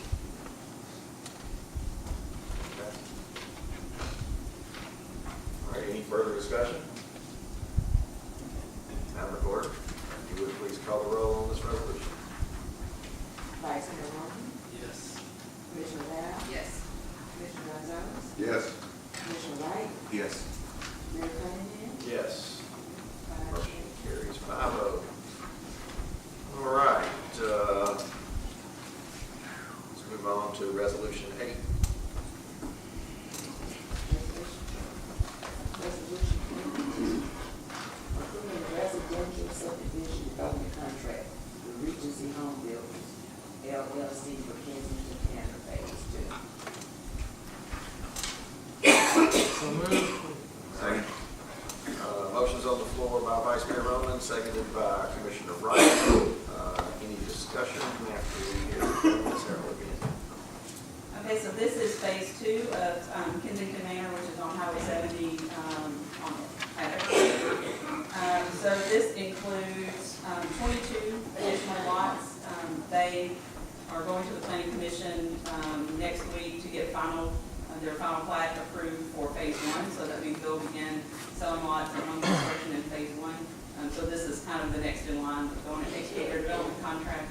They have a year to start construction once it's executed. So I put down the budget impact. So the sewer development fees total $68,200. The general fund development fees $109,630.22. Also, the security was calculated, as I spoke to in the previous item. Are there any questions regarding the development contract or the development in general? This will include an extension of Chambers Chapel Road. So they will be constructing kind of a 2-lane rural section, so it will not have curb and gutter as part of this development, but we collect construction in lieu of fees for the full build out of their part of that road. So that would be sidewalk, curb and gutter, street trees, things like that. We collect that in lieu of, but there will be an extension of Chambers Chapel, so it'll go from Memphis, Arlington, north to the entrance to phase 2 of the development.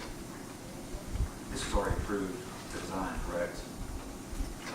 Well, so the PD is approved, the plan development is approved, it was approved, and I have the construction plans in office now that I'm reviewing. Okay, so we're not signing off on that just yet, are we? Or This is just the development contract.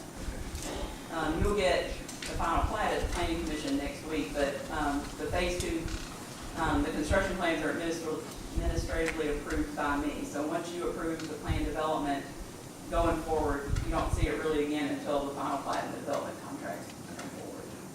has anything changed with Evergreen connecting, not connecting? Is that something? In phase 5, Cul-de-sac kind of? yeah, in phase 5 it is scheduled to close Evergreen on that side. But I would say that we would want to make sure that we had the connection at Chambers Chapel because there's not another connection.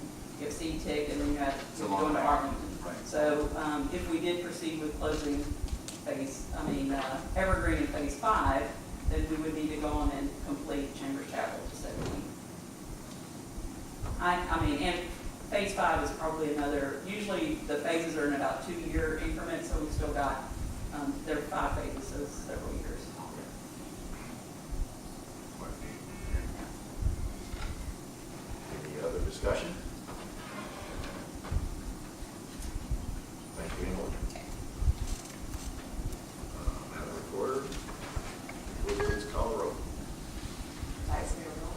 business? Commissioner Dodd? Yes. Commissioner Gonzalez? Yes. Commissioner Young? Yes. Mayor Cunningham? Yes. Motion carries 5-0. Let's move on to resolution 9. Would you please read that for us? Resolution authorizing the mayor to execute amendment number 1 to the municipal solid waste collection and disposal contract with Team Waste Memphis LLC. Have a motion to bring that to the On your floor. Second. All right. Sibley, Okay. you're busy tonight. This is what happens when I don't have action items up for a couple of months. They kind of stack up. Okay, so the Team Waste contract was approved back in October for the solid waste collection and disposal. And after further review, our city attorney suggested some more language regarding the termination clause. In doing that, it kind of spurred some additional language from the Team Waste legal team. And the reason for that is because in the contract, we had required that the carts be owned by the city of Lakeland upon delivery. So immediately they would be owned by us. However, Team Waste is paying for them, through our fees over time. So they also would be stamped with our logo. So to sort of protect themselves, they wanted to have a clause that if we terminated the contract, that there was a formula that we would reimburse them, for the cost of that if it was terminated before the 5-year contract was up. Our attorneys don't, because that would require an expense to the city, a significant expense, they're not really comfortable with that either. So both sides have a reasonable concern there. So the amendment, I guess before you, Amendment 1 currently just has our attorney's language. However, I think the board needs to discuss and make a decision on whether or not to include the Team Waste language, or just what we can do is we can just let them own the carts. We'll amend the contract where they own the carts, they'll have Team Waste logo on it, and then there's not a concern that they will be left hanging with this, major purchase of carts.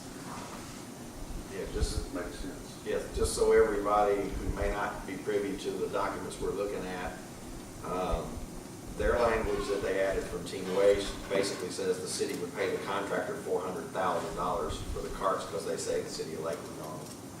So we have to decide. In the event of termination. In the event of termination, At a exactly. certain point. So, If we remove the logo, that would, I think, eliminate that problem, because they can take anywhere. If we change the contract to Team Waste owning the carts, which is currently how our contract with the Republic is, they own the carts, it's got their logo on it, then the issue is null, with them wanting reimbursement. The only reason they want reimbursement is, say, if we entered into the contract, we decided to terminate it in the shortest amount of time, which would be 180 days, they would have purchased over $1 million of parts and would never have collected near that amount to cover that cost, and we would still own them. yeah, it's 1.2 million on the Right, paperwork. yes. We have to be responsible for at least 400,000 of that, so Chris is. Well, I just want to point out, as this board recalled, trash collection in Lakeland has been a topic that's come up, several times. And several years ago, when first serving as the attorney for the city and this matter came up, and it was an opportunity to take another look at this, I strongly encourage the city, and ultimately we did put in some rather strong language in the contract that gives the city total deference and flexibility. So we can terminate the contract whenever we want if we don't feel like the service is being provided to the standards met by the city. And so in exchange for that flexibility, I would say that perhaps they're not entirely unreasonable to say, look, if we're going to buy these carts and you have the right to terminate, we need to work something out. I would submit that the right to terminate is much more important than the name on the card. That you need to maintain that flexibility. If you have a $400,000 kicker on the back end, you don't really have the right to terminate. Right. They're holding us for ransom.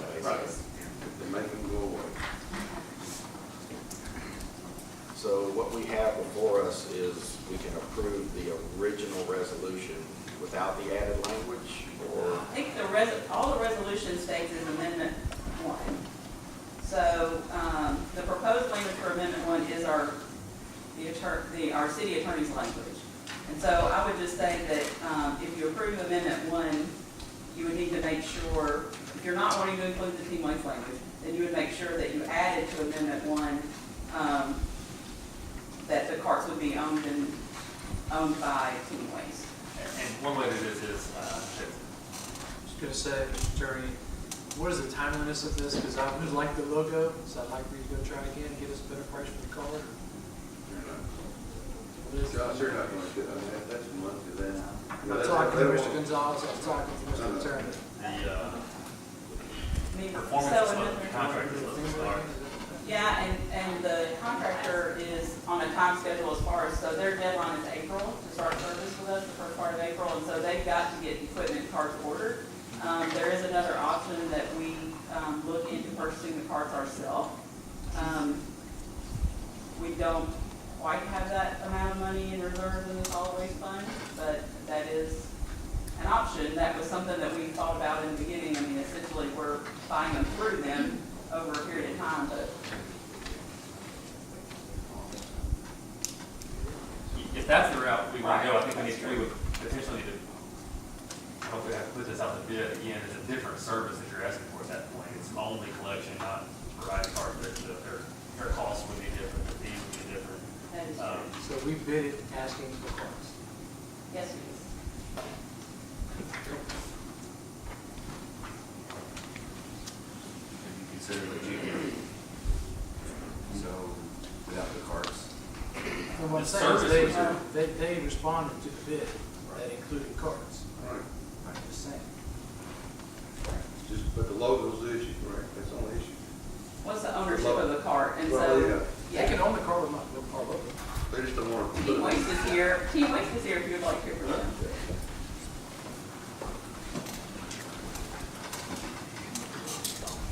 Andrew Density with the president of Team Waste, and so we are very excited to look forward to starting this contract and serving your city. And Emily's right; she pretty much nailed it right on the head. It's we'll be more than happy to supply the carts to you guys, and you guys own them. But as she said, we're just protecting ourselves in the event that. Technically she's right, you could terminate on day one if you have about $1 million in inventory. So, we're ready to go. We'll provide our own carts. They'll all be brand new, so they won't be used carts. I don't know if she mentioned that. We can work with you guys on color schemes as well, but, they would need to have our logo because at some point in time, we'd like to move them somewhere else, several years down the road, so. This makes sense not to have a logo on it, have your logo on it, The ones we have now have been here since I just replaced mine last year and had it for almost 12 years. And one other thing as well is due to the short nature of the start on the contract, even though we don't have a contract in place, we already have ordered the new trucks to start servicing you guys in April. Because, right now, with the economy the way it is, it's hard to get new trucks, so there was a 6-month lead time, so we had to go ahead and pull that trigger, so. Thank you. I would say if the ownership of the card is the issue, I would move that it's perfectly fine for them to have the owner, but I would much rather look at a City of Lakeland logo than a solid waste logo that every day goes trash taken down the streets. I guess my other thought was, how is it on there? Is it painted on there? Is there a sticker that's like one of those kinds that's hard to get off? I mean, how's it on? It's hot stamped, so it's when they're built, when the cart is made, it's hot stamped. It's not just an image, it's actually. Yeah, it's not going away. Gotcha. Okay. I do have one appearance card with this subject, Mr. Aaron Moser with the Arlington High Tiger Life. We'd like to ask the questions if you would give us your name and address, and then you can proceed. I'm Aaron Mosier from Arlington, 11833 Autumn Lane with HS Tiger Life. And I wanted to ask you about this contract. Obviously, you've had discussions about the terminating clause and what all that includes. Do you think the people of Lakeland would really enjoy a logo on there for the cost that may do for them? Speaking for me, it doesn't matter. I mean, I push the thing out on Thursday morning, and I get it back out and put it away Thursday afternoon. You know, logos are nice, but, you know, I don't want to jeopardize our city and have to, you know, and I understand the contractor's concern. I was a contractor. You know, when I did work for belts, I didn't put belts on my equipment, I put chemical corporation on there. So when that account went away, I took it somewhere else. So I understand the position on that. We just need to leave it overall. It's a busy decision. I think from a nice to have perspective, I would love to see our logo on everything that we can put it on. Most Lakeland. I think from a fiscal responsibility standpoint, I don't really believe that I could vote to move forward to put the taxpayers at jeopardy for $400 grand. I mean, it's a big chunk of money. We have a lot of other initiatives we need to be focusing on. So if it's logo or no-go, I'm saying no-go with the logo. So, I was planning that. You worked on that one. I did work on that. It's probably on your campaign website. I just think we have a contract, if you're asking, I don't think it's a matter of opinion. We put our obligations inside of the contract, and they bid on the contract that stated. Now, if it's an idea of who owns it, I understand that we're trying to finalize the contract and finish negotiations. They can perfectly own it, that's perfectly fine. However, so the idea that the logo is up for negotiation isn't what should be up for negotiation. They have changed the narrative to where that's up for negotiation for advertising purposes. However, the only thing that really is in jeopardy here is who owns them and who's going to pay for them. They're perfectly fine to own them. How big will the Team Waste logo be in comparison with a possible Lakeland logo? I mean, it's about, what would you say, I mean, it's about this big on the card. I mean, it's not very huge. It's about the same. Yeah. It's about the same. As far as like the reliability of these cards and things, how long do you think these will last for Lakeland residents? So the carts will have a 10 to 12-year warranty on them, and that comes from the manufacturer, So. I got my first one in 2006. I just replaced it last year. Thank you, Aaron. Appreciate you being here. Look forward to the report. Right. Chris, do you want to clarify where we stand with the resolution since it has the language in it? Yeah, the resolution itself is a little squirrely, obviously, from what we're trying to do. So I think for it to be perhaps a vote by the board sort of expresses intent of the board and authorizes Shane and I to work in that direction and get that done.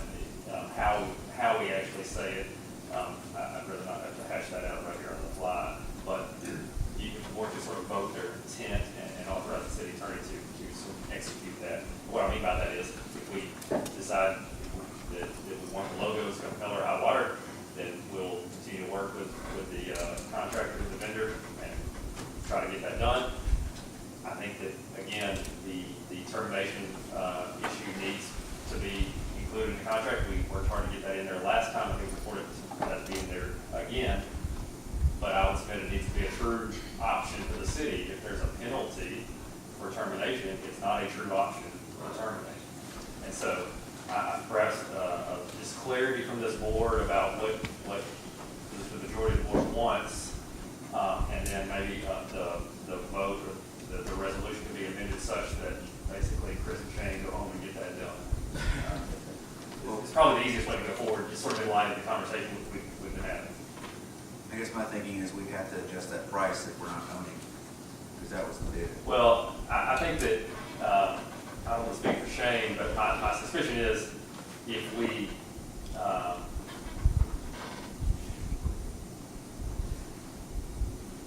tell you what, let's go into executive session about this. There's something I want to talk about. I don't think we need to address publicly on this matter. We do that in 3 minutes. Yeah. We'll be right back. Thank you for your patience. I'll yield the floor to Vice Mayor Roman with an amendment to what we're talking about. Mr. Mayor, I'd like to make an amendment to this resolution, starting in the third paragraph, whereas Amendment 1 includes additional language regarding the termination of this contract. Pursuant to this amendment, and whereas it will not be effective for 24 months. For this particular item. All right, do I have a second for that?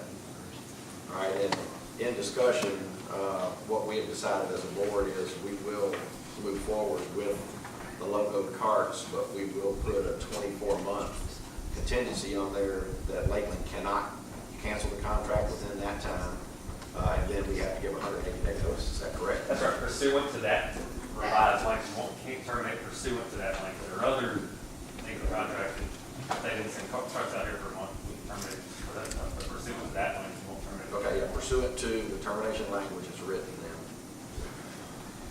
Any other discussion? I've gotten quite a few cards, so see if there's anything on that. Have no other appearance cards on that. Any other discussion amongst us? Just for clarification, if you don't mind, Mr. Mayor. Sure. So basically, the idea is that we understand there's some give and take here, but we would, the contract as bid included a Lakeland logo, so they're going to honor that contract if they accept this, this language. However, we understand that they have a significant investment up front, and so as a board, we decided that we would give them a 2-year termination clause in the 5-year agreement. Just for clarification. So we're not voting that possibly cost us money. Correct. Reducing all that liability to zero. So, Madam Recorder, if you would please call the roll. Vice Mayor Roman, Yes. Commissioner Dow, Yes. Commissioner Gonzalez, Yes. Commissioner Wright, Yes. Commissioner Cummings, I'm sorry, Mayor Cummings, That's quite all right, yes. 5 in favor. All right, motion carries 5-0. Let's move on to Resolution 11. Have to vote on Oh, I'm sorry. that was the amendment. That was the amendment. My bad. Get you still used to this amendment stuff. Let's go ahead and vote on the full resolution at this time. Vice Mayor Roman, Yes. Commissioner Dow, Yes. Commissioner Gonzalez, Yes. Commissioner Wright, Yes. Mayor Cummings, Yes.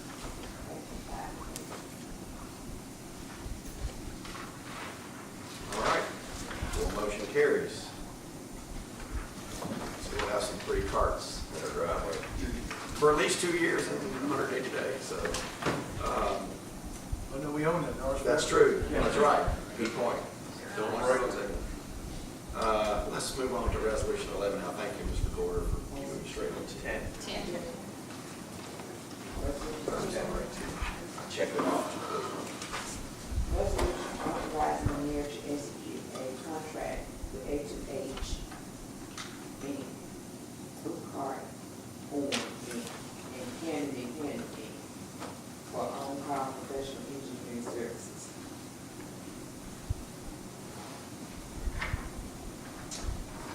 All right. Do I have a motion to bring this to the floor? So moved. Second. All right. Ms. Evelyn? Okay, these contracts, we've had these contracts for the last couple of years. The current ones have expired, and so I've chosen 3 other firms. We did a solicitation, request for qualifications, and we got 10 proposals, and from those we selected these 3 firms. This service is primarily there for smaller capital projects, so it's not just kind of a free, I can award the contract to whoever. It's based on our capital projects, and so, or any special studies that need to be done that we can't do in-house. So drafting contract documents, we don't have that ability, hydraulic analysis, traffic analysis, things like that. The maximum task order is $50,000 in professional services. Typically, it's not anywhere close to that, but that's a pretty standard for on-call contracts. So Are there any questions? The contract's for 2 years. Are there any questions regarding task or just the contract in general? It's kind of a la carte for tasks, so. Yes, it is. So we're not obligated to use them for any task, but if, say we had a drainage project that came up and we would use them to do the design. Makes sense. And then we would bid it and do the contract. In-house. So you foresee with the fact we hired a new support person for you, that this is just kind of an on-call as needed, we're not going to use it unless we need to, just to... Right, right. And it's limited to the budget, so I have a line item in the budget for professional services that is approved by the board. And there are also, with capital projects, typically we take those professional services out of that capital line item. So it's all really voted on by you at the budget season, so you would know, unless it was some random study that came up. Most of it would be something that you would be aware of anyway. Okay. Fantastic. Glad we're able to get someone to help you. Yeah. Sure. And it's just studies outside of what we have very limited software here, pretty much none. So it's just for those types of services, things that we can't do in-house. And it would be cheaper just to hire them out and buy the software. The software is pretty expensive, I understand. Well, and you have to know how to use the software on top of that. So, some of them are very specialized studies, and it's not something that, the engineer that we hired is a staff level engineer, so this is his first engineering job, so he's still, he's the one sort of putting these projects out, but he's still working towards that. He's not a PE, so he would not be able to stamp drawings. Right. Any further discussion? I don't have any appearance cards on this resolution item, so Madam Clerk, please. Vice Mayor Rosen, Yes. Commissioner Dow, Yes. Commissioner Gonzalez, Yes. Commissioner White, Yes. Mayor Cunningham, Yes. 5 in favor. All right, motion carries 5-0. Now let's move to resolution 11. Resolution authorizing the mayor to execute amendment number 1 for Blue Park Form for the design of the Clear Creek intersection, phase A.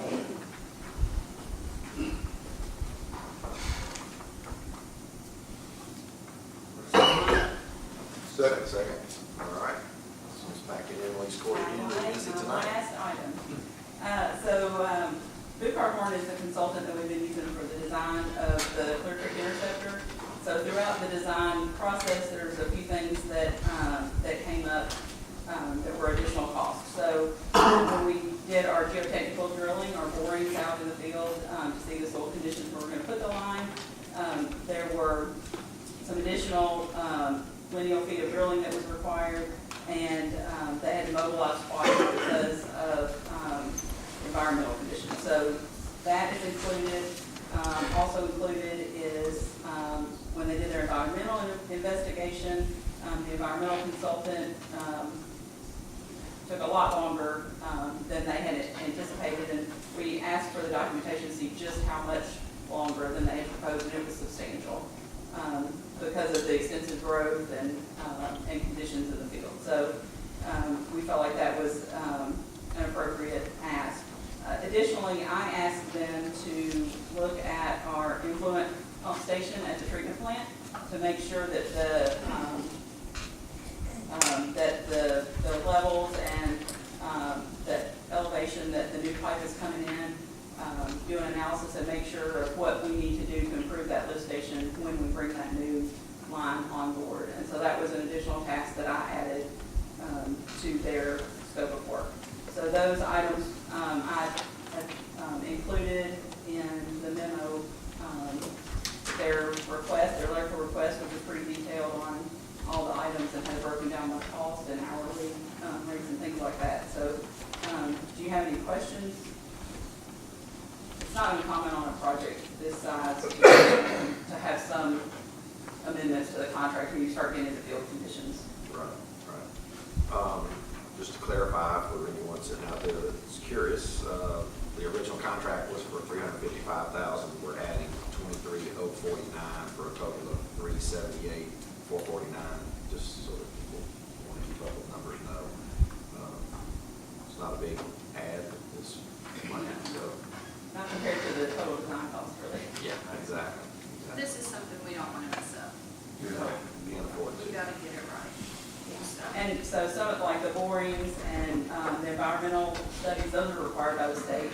So it's not something that we can even avoid doing if we're going to get them to approve our sewer lines. So.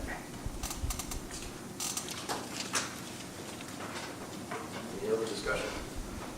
All right, Madam Recorder? Vice Mayor Moore, Yes. Commissioner Dow, yes.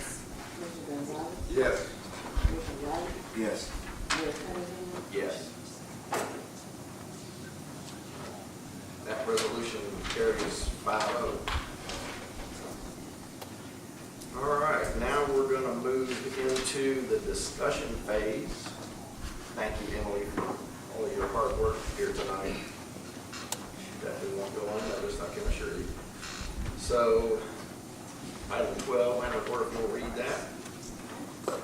Discussion on Citizen Advisory Board formation.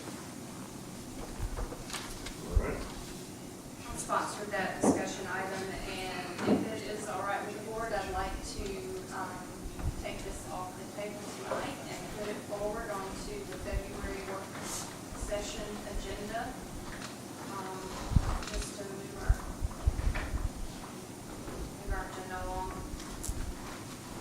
I've done some work on it, but Do we need to, on a discussion item, do we need to vote to move it to next month? The sponsor can absolutely decide to we've defer had, that. Mr. Ward and I have had numerous discussions, and we have some things outlined, so I'll be glad to bring that forward at the work session in February. Absolutely fair. No, thank you. All right, Madam Recorder, if you'll read discussion item 13. Discussion on sewer fees. Sure, I sponsored that discussion. Basically, when we looked at funding the Clear Creek Interceptor, we made some pretty big changes to our sewer fee and sewer rate, and I'd like to get some clarity around that. I was under the impression that we voted to fund it over 12 years, but based on the fee collection, it looks like it's going to be more like a 6 to 8 year collection, as Commissioner Val said, would like paying for cash. That makes it to where all of the burden is front-loaded, and the people that are going to be using it don't get to help pay for it. So I would like to look at revisiting our fee schedule and taking a more measured approach to what that sewer fee is. So anyway, I do not have numbers tonight. I'm not prepared, but I wanted to see if, rather than asking someone to prepare something for next month's meeting, obviously if there is interaction by the rest of the board, I don't want to waste anybody's time. However, I think paying for a little bit more over its useful life and seeing exactly where our collections currently are, I think would be helpful. And plus, I think it was a mistake. I'm in agreement.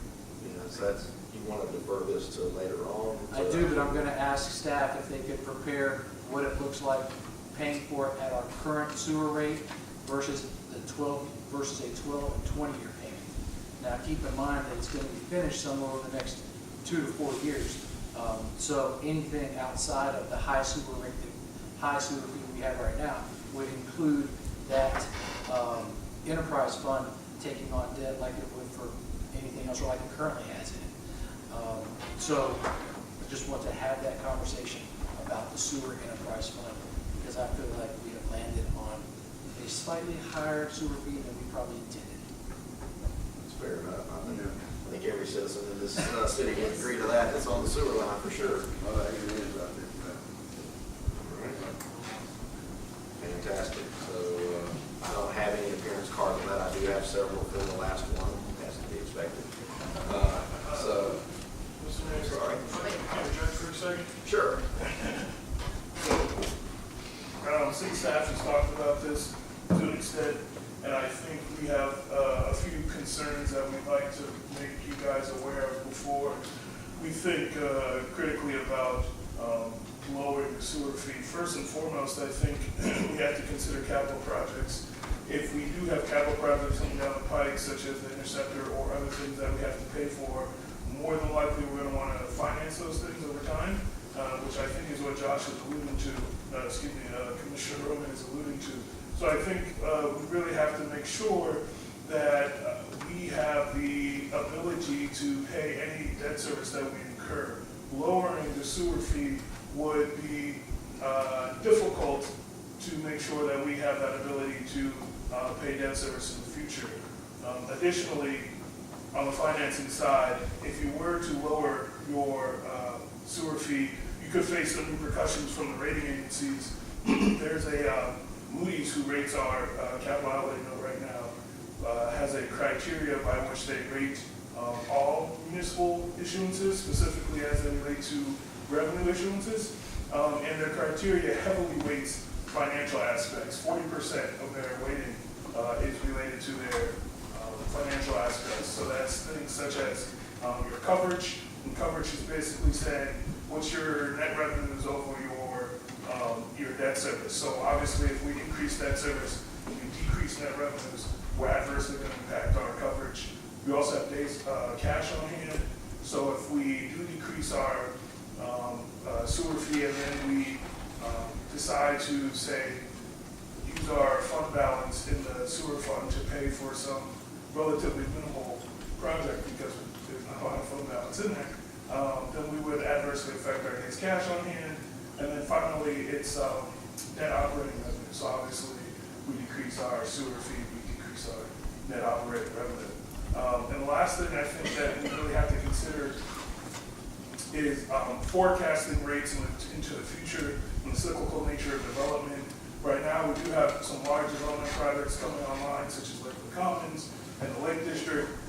It would be difficult for staff to accurately forecast where sewer rates should be to make them more palatable without understanding what impact those developments would have on our current collections. And so I would caution us to make sure that we think about this decision holistically, considering all of those aspects before we move forward with lowering the sewer rate. Obviously, I understand the desire and the will of the board to make sure that the residents are getting exemplary service for fair pricing.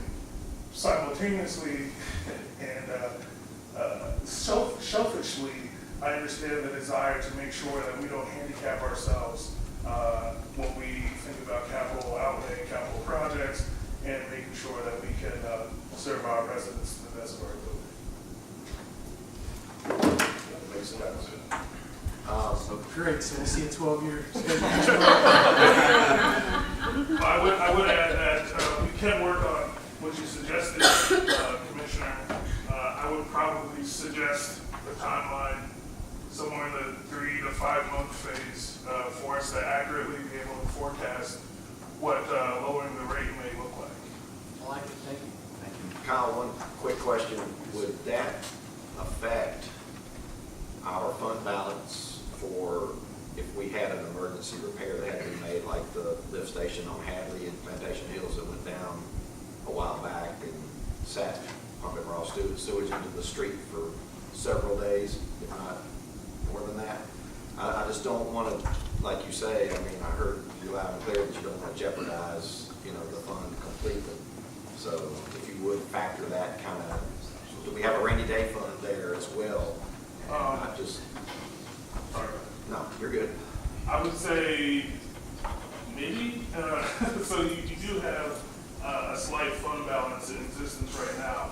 The concern, though, is that if you were to encounter some accident, number one, it's unlikely to be relatively minimal, so we would more than likely exhaust that immediately. But number two, the sewer fund is supposed to be self-supporting, so it's difficult. Actually, I think it's illegal.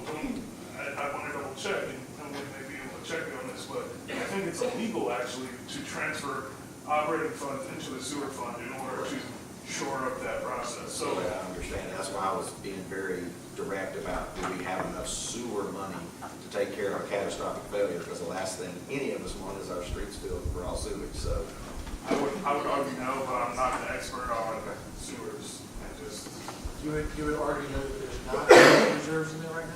I'm sorry. You would argue what? Say it again? I would argue that, I'm not arguing that there's not enough reserves.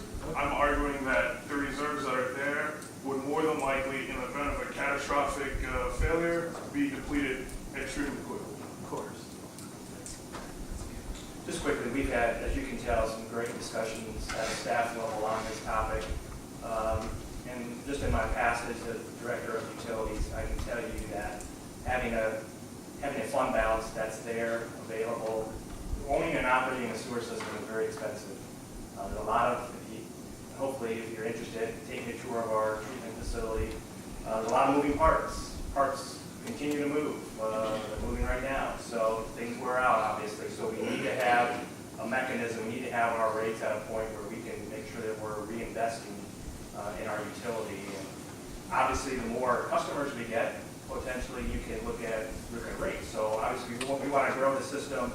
And it's amazing to see how your utility, without a sustainable utility in place, how that impacts economic development. So we have to have a high-functioning utilities underground.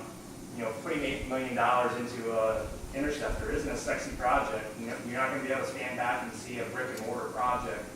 But we understand the value of it, and I know you understand the value of it from an economic development standpoint. So having your rates set to be able to capture that investment is very important. And we're certainly willing, obviously, to keep diving into this topic as we move forward, and certainly appreciate your input. Fantastic. I don't think diving in would be the Was I the only one that caught that? Sorry. You've been here a long time. Thank you, Shane, and I certainly do appreciate your perspective, because coming from the utility world as he does, he sees the value of putting the, not putting the cart before the horse, so to speak. So I appreciate that about you. Any further discussion in this area? I have no appearance cards on this item. So, Madam Recorder, if you will read number 14, please. Discussion on separating the municipal planning commission, design review commission board. So moved. Second. All right, have a motion by Commissioner Wright, second by Commissioner Gonzalez. This topic is now open for discussion. This is just a procedural issue. It's got my name next to it. It's just a discussion. We'll vote tonight. However, at one point we did combine the two, and I just want to, again, before I ask somebody to do something, make sure that there's some agreement on the board to split the two boards again. I think there'd be some benefits. It would allow more community involvement. More people would be able to have their say in certain things. Much of what we did last year, was more design review, I would say, than NPC work. But I remember speaking to Corey, the previous planner. He said, "Well, this year, you may have a lot more NPC stuff coming into play. Yeah. So there might be more 50-50 blend, and so you might have larger agendas where splitting the two may be beneficial. That way, it wouldn't have you could actually delve into more detail with the design review, and like I said, you can still have more people participate that way as well." What does the developer think about doing it that way? The guys that come forward boards.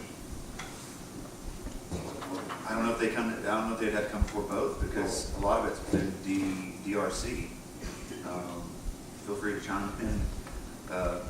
This mobile station, the daycare, neighborhoods, whether it's Stacy Timber Capital or Lakeland Meadows, those are four things I think more leaning towards DRC versus NPC. Go ahead. So I can provide a little perspective from an alternative suburb here in town. We have separated our Germantown, speaking of now, as the planning commission as well as a design review commission, and obviously a different stage of growth in that community, and actually are looking to possibly combine those two.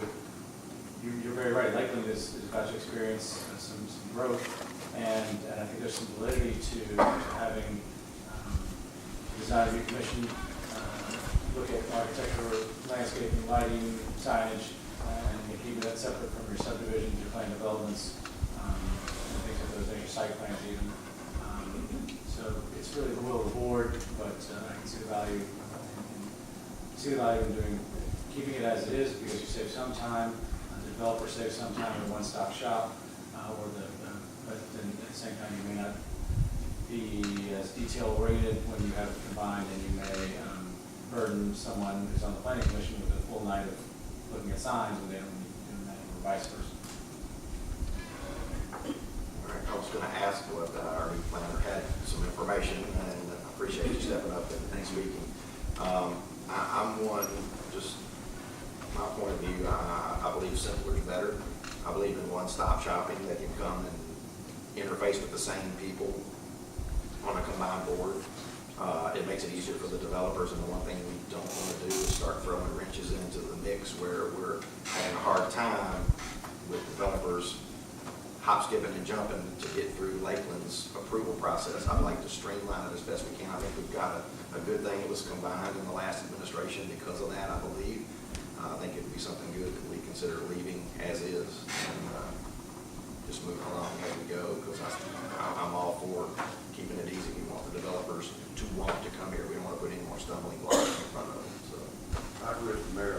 We've got a reputation here in Lakeland about being hard to deal with, and we need to, every opportunity we need to streamline this matter. I mean, the reputation's out there, and I think it hurts us. It's a pretty good discussion. We could probably, it sounds like we've got some for and against. If you don't mind preparing a resolution for the February meeting, we can just vote on it then. Thank you. all right, any further discussion? No appearance cards on that one. So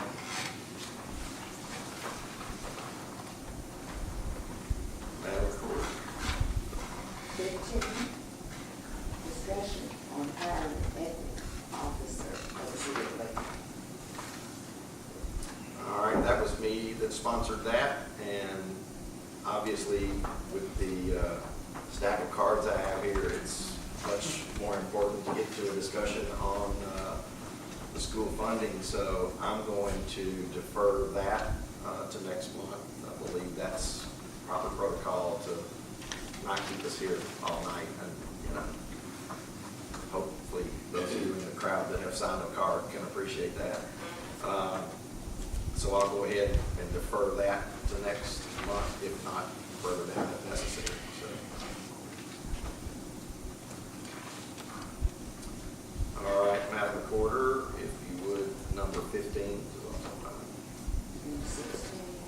Sorry, 16. Discussion on creation of the Citizen Financial Review Board in Lakeland. That's also mine. I'm going to go ahead and defer that out at least a month as well, because I believe that with the amount of interest in the last issue, I believe we should move on. Is there any objection to that? All right, Madam Recorder, if you would move on to number 17, discussion. Discussion on school funding. It's got my name on it. I'll jump in. Basically, last month we started a conversation, and really just wanted to continue the conversation. I was hoping, Mr. Mayor, that you would have some thoughts on it. Well, I think, quite honestly, everyone sitting in here has gotten an education over the last couple of months with the actual financials state that this city's in. For those of you who may not know, if you look back, I made a special note as we were going through the resolutions. I can find it now. There was a budget item addendum to our packet for this commissioner meeting, which shows us right now at a total budget deficit for 2018-2019 of $2.3.5 million. Kyle, I'll refer that to you if it's on this sheet from the chamber numbers. I'm concerned about that. concerned about capital expenses, general funds, all of that kind of stuff. I think we need to see where we're at, and if that number has some explanation, if there's something that's not happening, why we're looking at a 2.3 million deficit, because I think that all factors into all the projects that we need to do in Lakeland, and I think we need to put first things first when it comes to what's overall for the greater good of the city. I understand, believe me, I understand the desire to have a school built, and if I had the money, I'd donate it and we'd build the school starting tomorrow. But unfortunately, I didn't win the lottery last night, so I'll defer back to the numbers that were given to us at the last meeting by our auditor, which shows that of this, while we're operating in a proposed deficit, 93% of our long-term debt is out to debt service, and 80% of our debt's paid through property tax alone on houses. You look back at what we discussed last month, we do have the new Canada Road project coming up. The state has funded us at, what, $25 million? No, I just submitted the application yesterday, so we have to be awarded the application, but the request is for 2020. Okay, for 2020. But our obligation from the city to fund that is $5 million. The sewer interceptor, which is vital to us being able to build in the northeast quadrant of Lakeland along Highway 70. We've talked a lot about tonight. That's another $8 million that we're going to have to borrow money for. We hadn't even dipped into where we stand with the fire department, which could be whatever the anomaly number is, $8+ million over the first couple of years of operations. So I am at a loss of where we're going to get money unless we're willing to borrow our way to prosperity. So I was hoping the vice mayor would have some numbers. I mean, you're a financial advisor. I would love to see the numbers. I asked you tonight at the IDB, just show me the numbers. I'd love to see them. I'm more than willing to listen to anything that makes rational sense. And if we can fund this and it's the right thing to do for the kids, then it's the right thing to do. So I would yield to anyone else. I do have some appearance cards, quite a few, so if you want to. Before we start the appearance cards, if you don't mind, Mr. Mayor, the numbers that I used in my last conversation, I didn't just pull out of the air. Those are real numbers. And I asked Mr. Wright if he would take a look at the numbers that I used as well and maybe lend some credibility or discredit, whatever he wants to do. But regardless, we currently pay somewhere around $2.23 million. Although it has not gone to the school board, the superintendent said, hey, how don't we pick up the next 4 years? So that may or may not happen.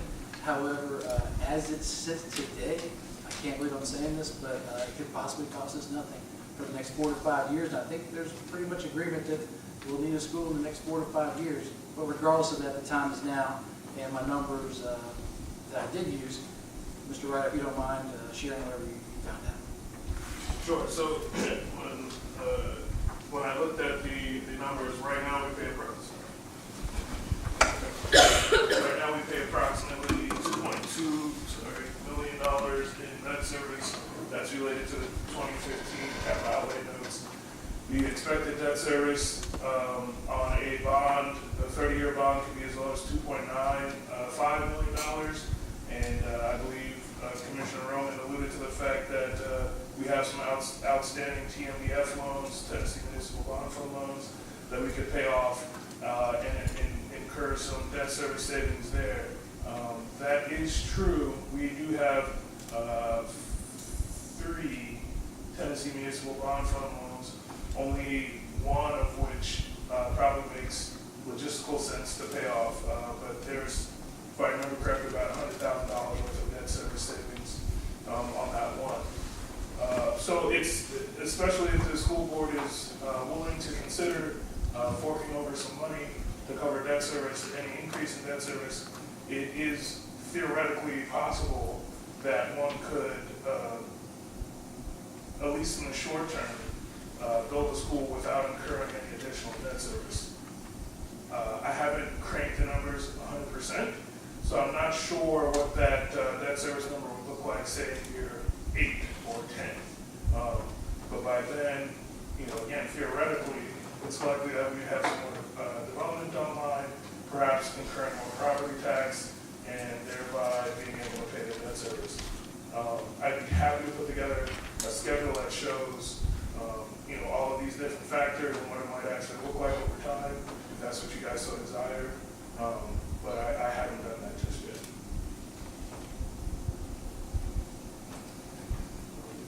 Can you, while you have a second, can you confirm ballpark our current debt right now for the middle school, 17 million, ballpark numbers? Sewer funds at 5 million, 3 million for the I-40 interchange, and the 1 million for fire service. That's ballpark, roughly. Correct. So the TMBF 50236, the fire station that you alluded to, is about 1.05 million. TMBF 50538, buildings and roads, I believe that's the highway you alluded to, about 3.16 million. TMBF 5035, that's the sewer debt, that's approximately $5 million. All three of those loans are variable rate. And then we have, of course, the TLBA drawdown loan. I believe that was also related to street improvement. A drawdown loan essentially says you have X number of dollars, it's a line of credit essentially. You have X number of dollars you can borrow. We have not, I do not believe at this point we have drawn down the totality of that loan. And it's only once we draw down the totality of that loan do we owe the money on that loan, I think is how it works. I'll double check, but that specific loan I think is a little different than what you might see with the TMBF. And then of course we have the capital outlay note, $17 million. I believe that has a 2021 call date, if I remember correctly. Yeah. So. You know what the prepayment penalty on that is if we pay it before the 2021? You can. You can. I thought I had heard there was a prepayment. We could pay it, but it was So a chunk of change. technically what happens is you're not prepaying it, you're essentially just putting money into an account that says, okay, in the future, this account is going to be substantial enough to cover the debt service on the bonds, both the interest accruing between now and the call date, and also the principal on the call date. So you're not technically prepaying it, you're just simply squandering money away to pay it when it comes. Okay, well, I'll use your term. Do you have a ballpark of what the squandering money Kyle, did you mean squandering or creating a sinking fund that fulfills the obligations? That's what you mean to say. That's a technical term, creating a sinking fund. I think normally I would argue for that if there were economic benefit in refunding a particular bond or note. In this particular case, it's unlikely that you're going to see economic benefit refunding a particular note just because of the way the math shakes out. I can show you the numbers if you like, but I've done a little rough figure myself, and folks, it comes to wasting $5 million. It's that simple. Paying it off early. If you want to call it paying it off early, but fulfilling that obligation of that 12-year bond for the middle school, which we paid 2 years on now, we're 10 years from its maturity and it's gone. It could be gone in 10 years. If we pay it off early, we're wasting about $5 million. So, I mean, I don't believe the city can afford to waste $5 million. So we've got to factor that in as well. Kyle, you good with that? I will caveat that by saying, so that $2.95 million number that I quoted for a 30-year bond contemplates that the capital outlay note is refunded as well. So that's inclusive of total fixed rate debt that the city currently has. If you were thinking about just refunding the capital outlay note as it exists right now, first you have to understand that due to the Tax Cuts and Jobs Acts of 2017, you can no longer refund a note or bond in advance of their call date on a tax exempt basis. So you're going to incur a slightly higher interest rate because you're going from a tax exempt status to a taxable status. And then additionally, you incur the poor economics of refunding the bond in advance when it's not what we call in the bond world in the money to do so, meaning that it just doesn't make economic sense to pursue that opportunity at this particular time. Right. So, that being said, I would say refunding the note on its own, not the best idea, in my professional opinion, but I would say considering issuing new debt and wrapping the refunding around that new debt such that you can extend the life of the note, because the crux of the issue is the note is you're only allowed to issue a note for 12 years. In this particular circumstance, there's other notes you can issue for various points in time, but in this particular circumstance, 12 years. So if you issue a bond, you can issue it over 30 years, or the useful life of the asset. So you are able to spread out that debt service impact over time. Still suffering from the bad economics of refunding that bond, but you're able to, I guess, spread the bad economics over a period of time.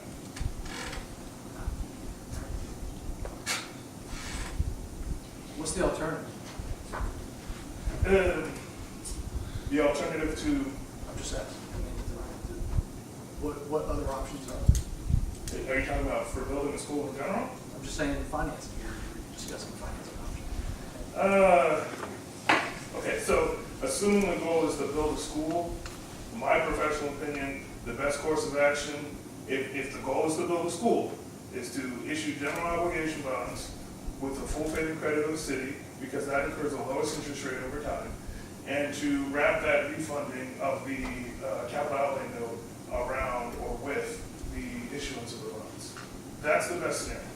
If you don't do that, and you still try to build a school, there's no financing alternative that I can think of that is likely to mitigate the risk of significant cost to the city.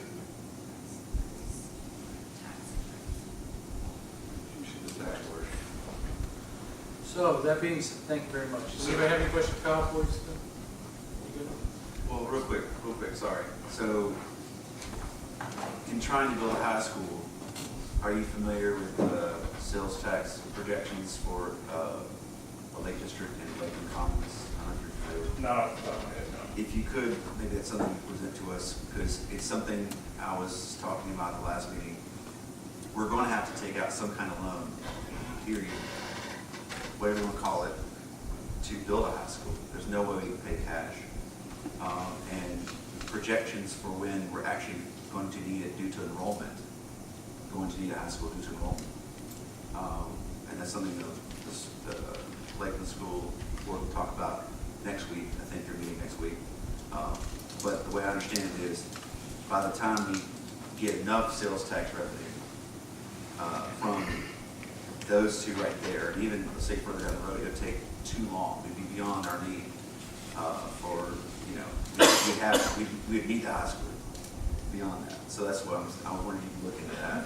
Sure. Let's crunch some numbers. I'll make a note to look at the tax revenue.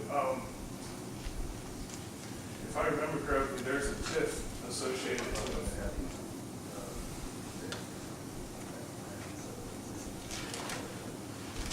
but also the TIF is going to be eaten into. All right, sorry. Yes, I'll look into that. Thank you. Yes, sir. I'm not sure if we're at the enrollment numbers. I understand we're going to have a significant increase. I'm saying, as currently, what we're building and Arlington's building, we're going to need it in less than 5 years. 5 is high. We're going to need it in less than 5 years. If it takes 2 years to build a high school, then it doesn't make too much sense to delay, because it just comes down to need. And also, there's a big, well, there's another part. It's also the need, but also considering that as we wait, it costs more to build. It's already cost us millions of dollars more waiting. So you can ask any builder, commercial, residential, as we wait, materials go up, labor goes up. That's one of those trajectories that doesn't usually drop. Interest rates is a different thing. I'm not arguing interest rates. That's our roller coaster. I'm talking about just building something. It always goes up. It rarely ever goes down. That's So correct. that's another concern I have, like delaying it. But if you don't have the money to begin with, it doesn't matter how much it goes in the future, you just have to borrow more money. Well, let me ask one more question here. You know, we're talking about all these, talking 500 houses, okay? You know, the realtors, you know, they make numbers for that, number of students coming on board. And I got a report from the home builders here. They're talking 41 students per 100 homes. So, if we, well, that's what their numbers have here. I mean, I can show you the report. So to build 500 homes, put more kids over all grade levels. So I just, you know, Here's the problem then. Sorry, you go ahead. No, I just think that we need to nail that number down. That prediction down, it's like a prediction about the revenue. On top of that, you know, Arlington may not want us to leave sooner than we want, sooner. You gotta consider that point. Or not. And bingo, consider that we're important. I'm just worst case. Well, we know they don't want us to leave. Huh? We know they don't want us to leave. Yeah, but they don't want us to leave before we get the 2,100 number. What do you mean? In the interlocal agreement, we are obligated to stay there until the number of Lakeland children and Arlington children reaches 2,100. You had a meeting with both attorneys, and that's what you came out with? That's what's in the agreement. Now, my next step, I want to talk to all. That's not the attorney's told you. That's not what the attorney's told you. The attorneys have told me that, I know what they've told me, and I know it's in the agreement, okay? And it's just like everything else, and when we talked about it, you know, just like everything else, attorneys will disagree on it. So we risk Arlington taking us to court if we break that agreement before we reach the 2,100 students. It's a risk. Hey guys, I don't want to get in an argument. I'm working off the assumption that we've been asked to fund this for over 4 years from the school board. So, I mean, I love you guys. I love all of you. You live in Lakeville. We're all together. I have a lot of love for all Lakevillers. The idea is not to argue about this. The idea is how do we fund it? And gentlemen, ma'am, the time is now. And so what I asked, the reason why we're having this conversation is because I want you guys to be 100% clear that the only way we can do this without an immediate tax increase is with a 30-year bond. I will bring the 30-year bond to the floor. We will vote on the 30-year bond. And if you vote it down, the other option requires significant cost to the city. However, the time is now and it's getting done, hopefully with you guys' vote now. So the idea was to flush out the least expensive way to do it. If you choose to vote against that, you choose to, however you want, it's your right. But the next option cost the city more. That's all it is. Josh, you left out the point that if it goes to an obligation bond, that will be another vote. There will be another vote. There will not be another vote, Mr. I think there will be. Okay, let's say, either way, there's risk there also, because what you're going to do, one side's going to lose and one side's going to win. We're not predictable. Everybody wins with infrastructure for the city of Lakeland, and we can all be proud of it. Everybody wins. Without the tax increase. Without a tax.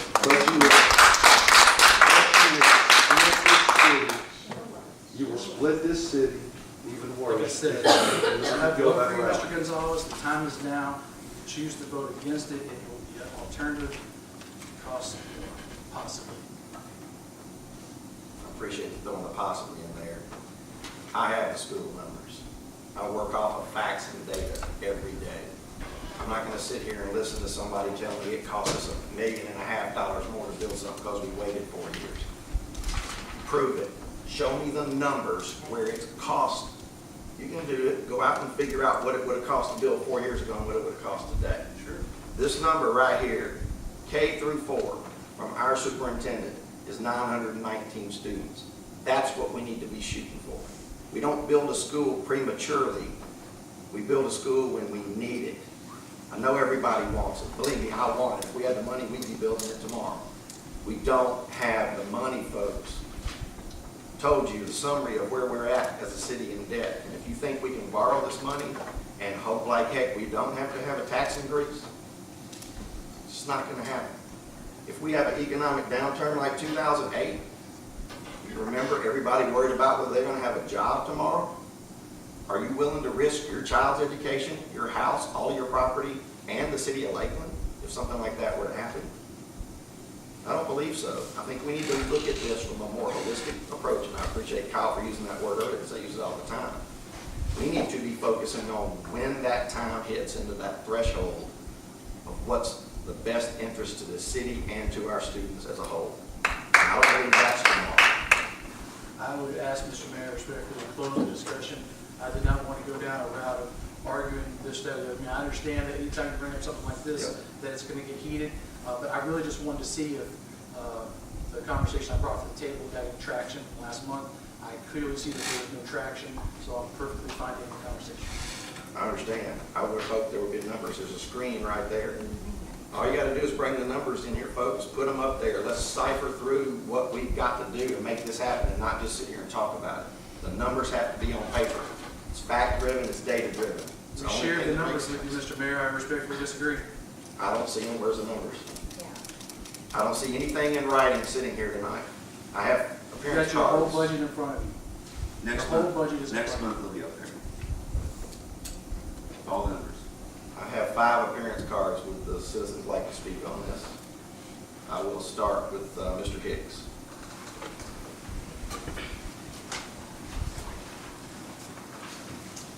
All right. Jeff Hicks, 10176 Oakland Drive. A number of different topics to hit on tonight. I was actually planning on talking about facts and data. You mentioned that before, your facts and data. All right, well, so first of all, I have to speak to you and say, I'm speaking as me, Jeff Hicks. I will say that you guys know I'm on an elected board in this town, but I only speak for myself. Chairman Floyd, Dr. Coral, they sometimes speak for the board as a whole, as directed. But I speak for myself tonight. So facts and data. 2015, it would have cost $50 million totally to build a middle and high school. So how much did we end up borrowing? 22, unfortunately. Okay, so an additional $28 million would have finished the high school. And if you talk to Dr. Worrell and you talk to Dr. Jim Mitchell, they will tell you they could have easily completed the project for the remainder of that money. Okay, so 2015 is an additional $28 million. December of 2017, this is from Dr. Worrell, this is from Dr. Jim Mitchell. These are hard numbers, facts and data, an additional $34.5 million. That's an additional $6.5 million compared to 2015. We only had to wait 1 month due to the tax law changes that Mr. Wright alluded to, that increased the amount that it would cost by another almost $1.5 million. Okay, so now we're up to an additional $36 million to build a high school. Fast forward another 14 months, where we are today.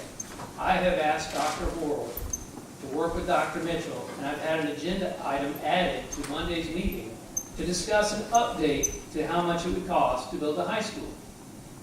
He and Dr. Mitchell have had some conversations. We're talking maybe another couple $1 million. So in the last 4 years, say somewhere between $10 and $12 million increase. $10 and $12 million that we have squandered. That's the real thing we have squandered. The federal funds rate sat at 0 for years until 2015. It was at 0 to 0.25. December, it went to 2.5. And the Federal Open Market Committee has said they indicate that they're going to take it to 3.5. Now, could that go back down? Mr. Wright, Commissioner Wright, you talked about how interest rates go up and down. I don't foresee that. They're already predicting that it's going to go higher, not lower. Construction costs have gone higher, not lower. We have wasted time. We have squandered money. And those are facts and those are data. So,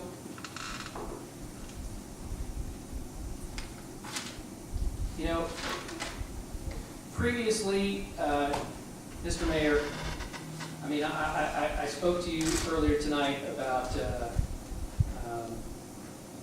know, how I felt like you putting those things on your Facebook page and on your website.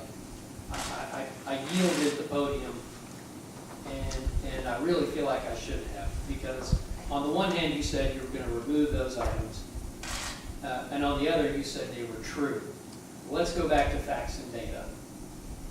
Okay, the facts and the data, if you ask Mr. Kyle Wright, who was part of that deal, he will tell you that those items that were on your website and on your Facebook were in fact false, filled with inaccuracies. He will stand up here and tell you that. And it said scam in big red letters. So you believe that the former mayor scammed the city of Lakeland and its citizens? I let you speak longer than 3 minutes this last time, but I'm not going to stand here and listen to this anymore. I think you're finished. I appreciate what you had to say, but I stand to rise to a disagreement of the chair. The time allotment was not given to Mr. Hicks at the beginning, therefore he doesn't have a time allotment. If you like, I'll cut my remarks short. I had a whole another page. we have 4 other people. You have 1 more minute. Okay, 1 more minute. I speak to you in a passionate way, because I think that the time is now. At our last meeting, you said, do we want to teach our kids to swipe a credit card and that they can have anything they want? Absolutely, and I stand by that statement. Okay, well, myself and a whole bunch more parents, this isn't swiping a credit card to get something glitzy. This has been a 4-year endeavor. If we agree tonight to move forward with the high school, we're looking at another 2.5 years. This is not swiping a credit card. This is people who have been dedicated to bringing a high school, one-stop shopping to Lakeland. This is something that Lakeland needs. And that's where I'll end my comments. Thank you for listening. Thank you. Mr. Thomas, Yes.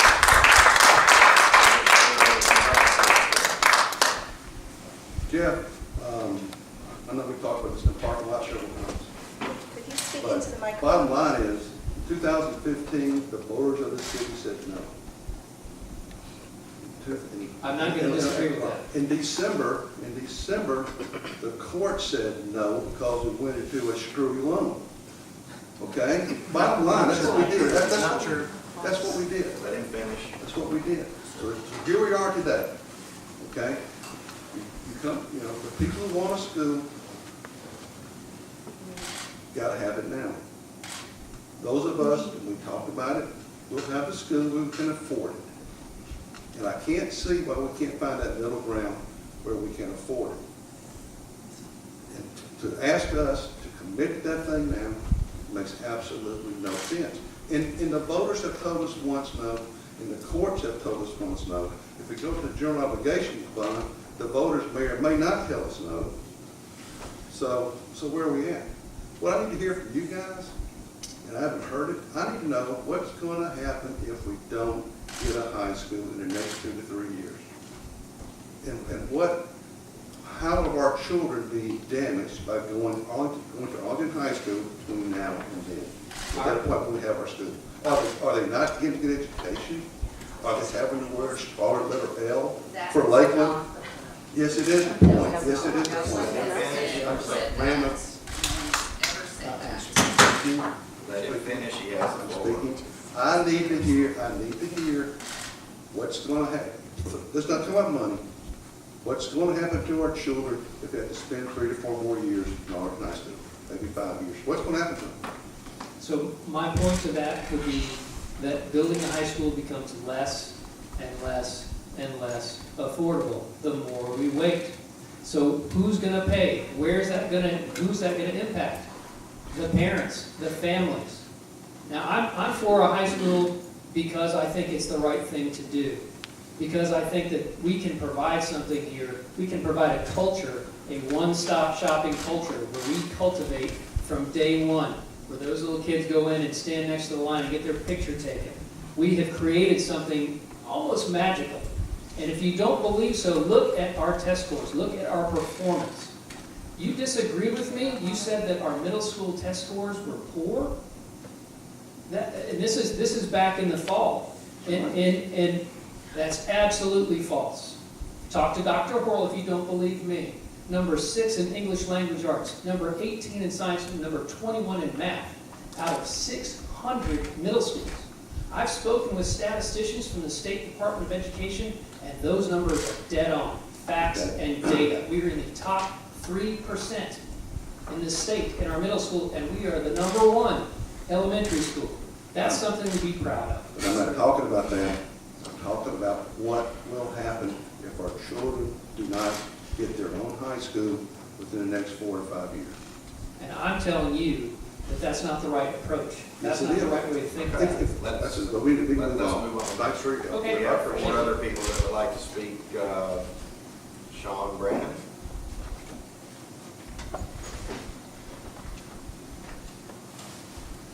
Hello, Sean Brandon, 9165 Pleasantville Drive, Lakeland, obviously. I too want to point out that I'm speaking as a citizen, not as a member of either the EDC or the IDB.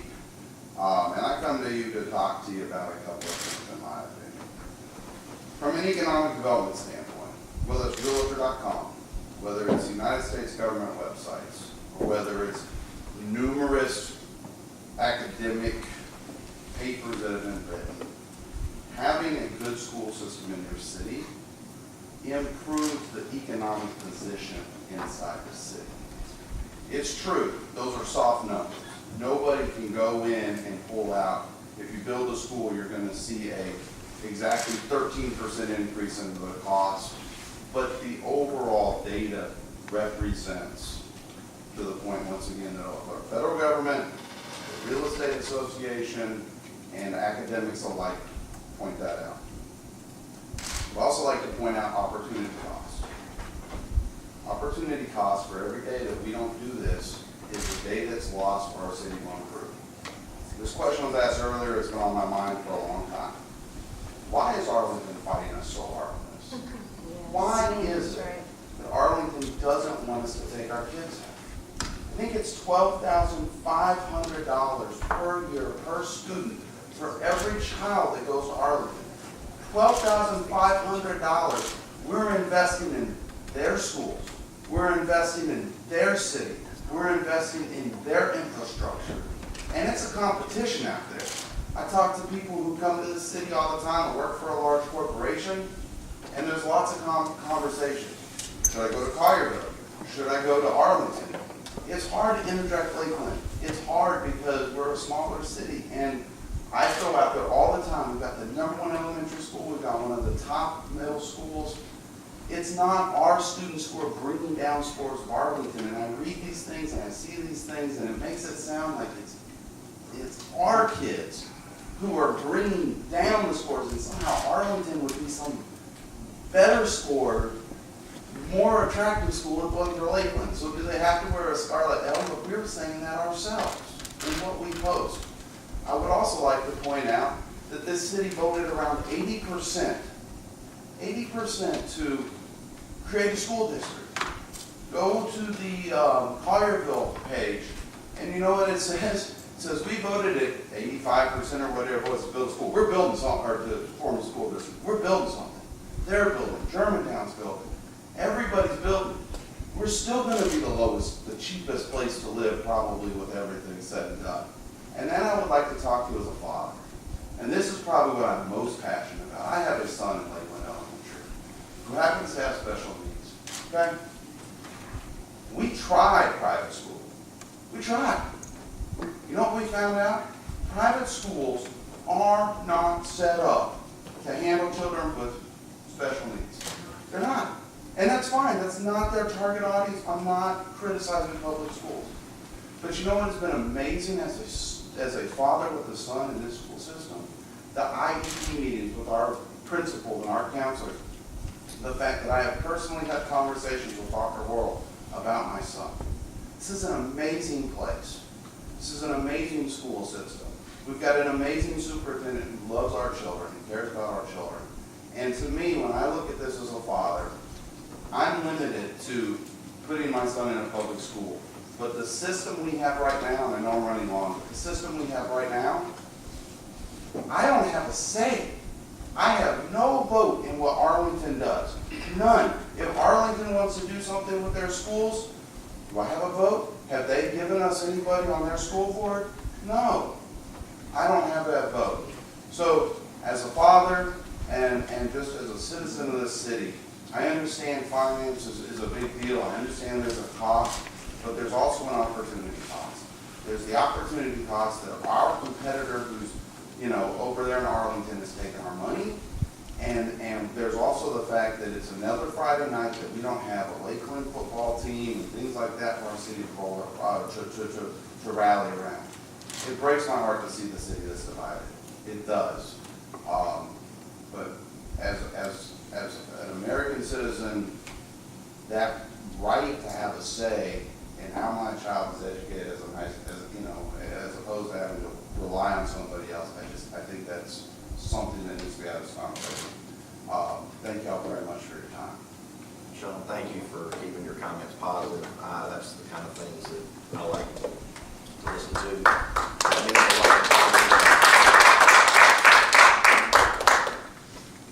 All right, the next card is Mr. Roberts.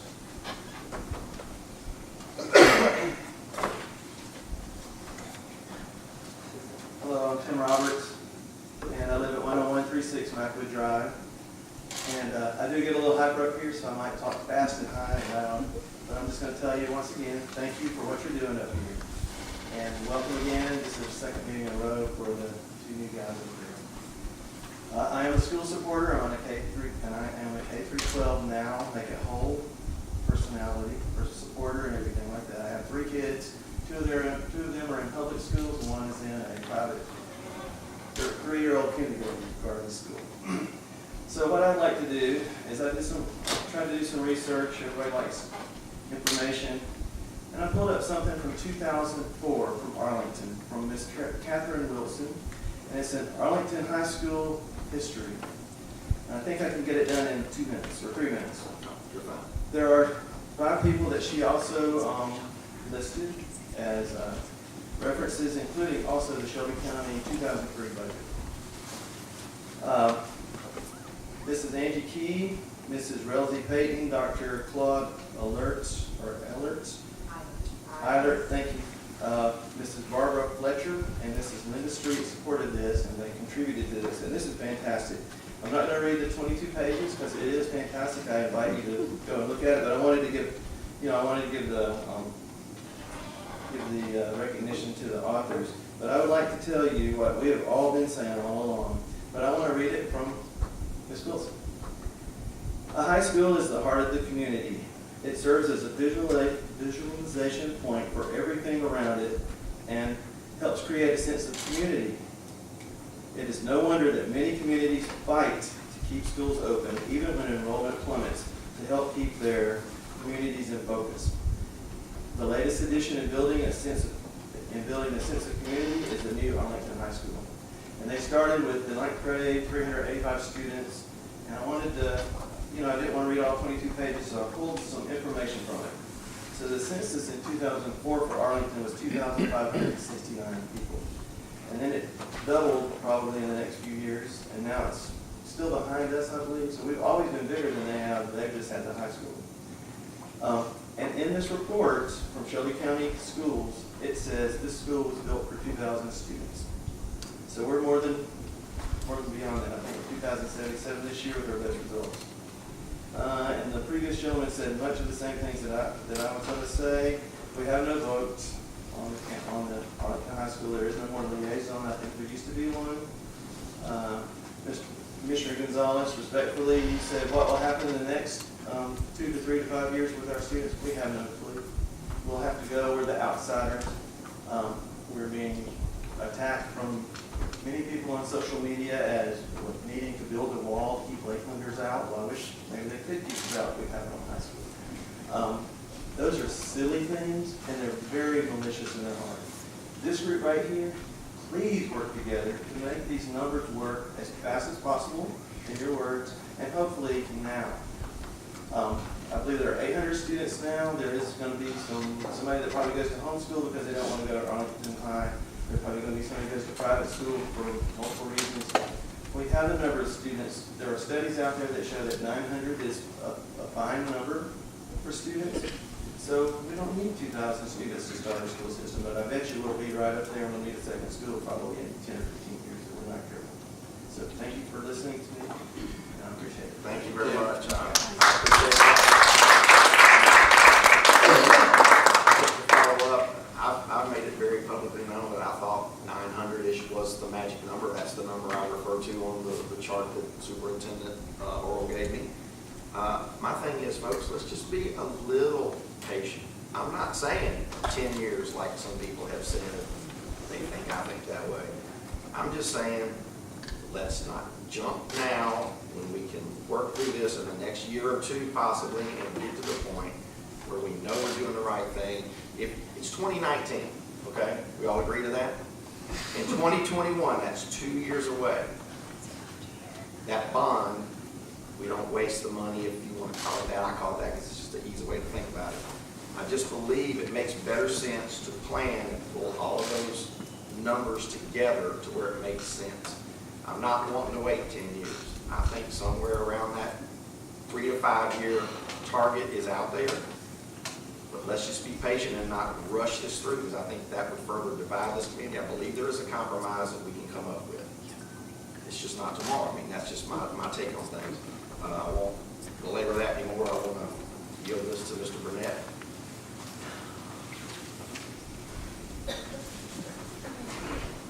Thank you, Jeremy. Nice, Jeremy. Jeremy Burnett, 4020 Canada Road, Lakeland, Tennessee, with a brand new fence. I hope you know I didn't vote for you, but you're my neighbor. And I congratulate you a number of times, and I appreciate your voice. I appreciate your affirmation to people who come up here and speak. I appreciate your and Richard's support of me as I've talked to you since the elections completed. I do want to talk to you about a couple of things. One, Richard, you asked what harm. I am a professional educator. I have 20 years experience in higher education. We don't talk about harm to children until we're talking about calling in authorities. We talk about the best. In my role, my job is to support my faculty to give them the best supports to give their students the best experience. It is my opinion as a father, as a citizen, that we can give our students the best experience by having our own high school. And that we owe it to our citizens, to our families, to our children to do that as soon as possible. Mike, you talk about facts and figures, and we share that love of data. And I appreciate you for that. What I would ask is that you continue the conversation that Vice Mayor Roman has started, that you heard Kyle talk about tonight. You want to see the numbers? I would ask that you all direct staff to put together a feasibility plan for funding the school in the very near future. And for Kyle to put in contingency plans to look at, okay, if we can't do it today, what is it next year? But first, I would ask that you do that, do what you asked, have those numbers up here. Put them on the city page, put them out there for discussion. I'd ask actually that you have a special city hall meeting. I forgot that you invite everybody to the town hall. Sorry. I'm speaking off the cuff, so I'm making this up as I go. And I'd ask that you do that, have people coming in and give input. I would ask not to have back and forth that becomes so overly negative that we become argumentative. This is a very passionate topic. I'm very passionate about it. I will always respectfully disagree. But I know, Mike, if the numbers show that it's feasible to do, you've told everyone doing the campaign, you've told me you would support it. If Kyle's numbers come back to say that, I'd like your commitment that you would support it. As long as we don't jeopardize Mr. Warren's ability to run this city. I've had that discussion with him openly, and he's very concerned about budget dollars. Okay, put the numbers up there and let's work towards it. That's my point. And I appreciate you saying that, because I mean, there's no way to compromise if we're not willing to give a little on each side. I've always been I'm okay with sooner than later, but I'm not okay with tomorrow. So somewhere in that sweet spot in the middle, and I talked about that continuously on the campaign trail. That's where we have to find the actual solution to the problem. And It's all in how it's positioned, it's all in how it's financed, and we're able to take care of the citizens, and we're taking care of the kids. I don't have a problem with that at all. Thank you. And Richard and Mike, mostly because I know I have to convince you to. I would ask that you also rely on the school board and Dr. Horrell when you talk about projections regarding student numbers. And I know you held that piece of paper up, and That's his numbers. Yeah, absolutely. Respect his rely numbers, for on the sure. school board's recommendation for it is time, or it is a time. I think you will hear that school board and Dr. Horrell say it is time. And I ask that you respect their professional opinion. If we were talking about something that, Richard, I'm sorry, I forgot what business it was you have, but if it was in regards to Richard's business that he ran, I would respect his opinion. I'd ask that you guys respect their opinion and their professional judgment, Kyle's professional judgment, and then not to dismiss Shane, but Shane's judgment as the city manager. Come together and work to see if this can be done, and I will say tomorrow, or next month, or in the 2020 budget. But it needs to happen. Thank you for your time. I appreciate it. Thank you so much, Jimmy. And just to add to that, we're also in a phase of trying to grow commercially as well, which will help with the time factor, as long as we can get some stuff out of the ground and get some revenue coming in. So all of that plays into this whole factor of running the city holistically. So I think that we're all in agreement that we can do it. We can do it sooner than later, but we just got to work and find that time. So until we know all of those numbers completely, without a shadow of a doubt, I believe we get to that point, everybody in this city, 100% will be behind us. I don't know of anybody that said they don't want a school, period. I've never met anybody that said they don't want a school, period. So, Thank you. thank you. Thank you, Jeremy. Thank you. All right, we have one more card, Ms. Martha Higgins. Martha Higdon, I live at 10027 Roxy Drive, right across the street. And listening to everything, it just seems like to me the big problem with Lakeland right now is the sewer system. Not building a school now. So even there was discussion that subdivisions can't even come in because of the sewers, lack of sewers. And as a retired teacher, I'm for the school, just like Mayor Cunningham is. But we have to, I'm a widow, I'm on a fixed income. I don't want to have to look for another home in another town. I want to live in Lakeland, Tennessee. And I think if we put our priorities straight, sewers, then the school when needed, and we can afford it. Thank you. Thank you, Martha.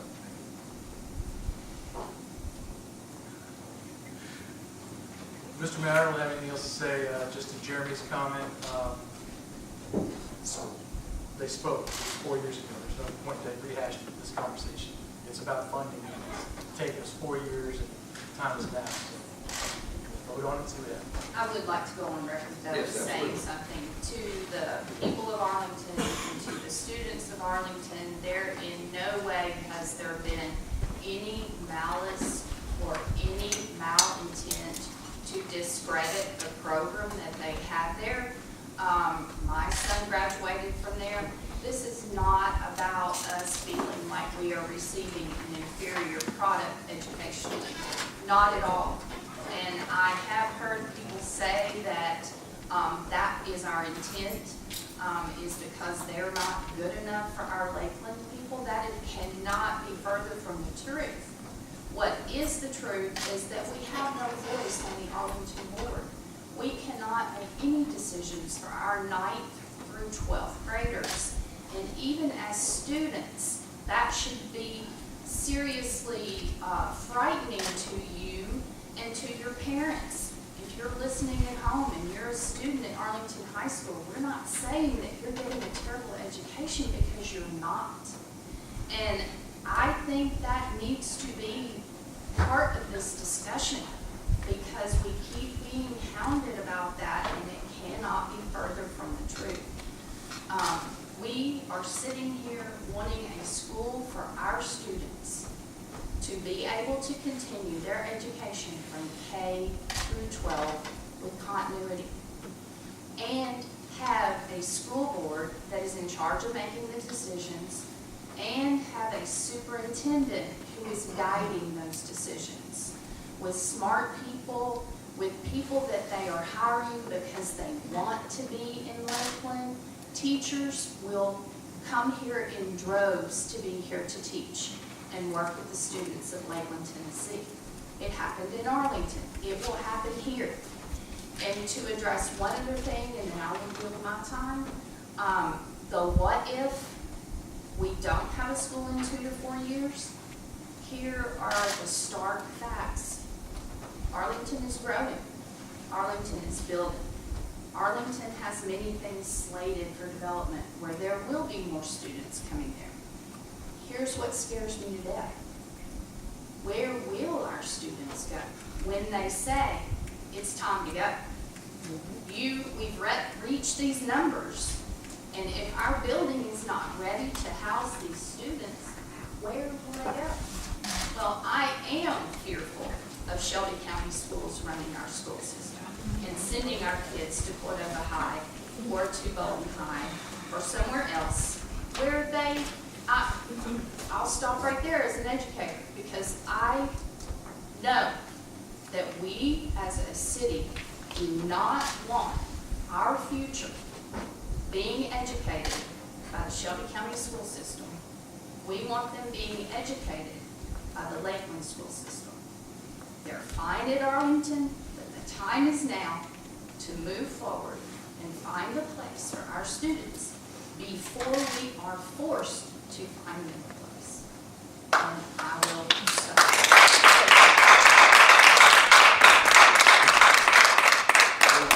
One last comment here, please, to move out here, but Michelle, Please don't, Richard. Just please I'll let you speak. Let you speak. don't direct your comments to me. I didn't. Yes, you did. June of this year, Arlington says we don't have room for anymore. What's going to happen? Who can tell me what's going to happen? Michelle? They're going to put our students out. No. They're not going to have room to house They're us. going to say in 2 years, Lakeland, we're giving you a 2-year notice. It's in the agreement, 2-year notice. So we want our kids to be in an overcrowded situation when the threshold has been met and they're going to go, oh yeah, you can stay. And then as an educator, I have to argue with you because we will not be able to educate students in an overcrowded building. It's already, I have experience with my son being there and not even able to make class on time because the hallways are so crowded. Also, So, Mr. Mayor, I'd like to make the motion to adjourn. thank you. Second. A second. All in favor? Aye. No. The ayes have it, 3-2. Don't get that.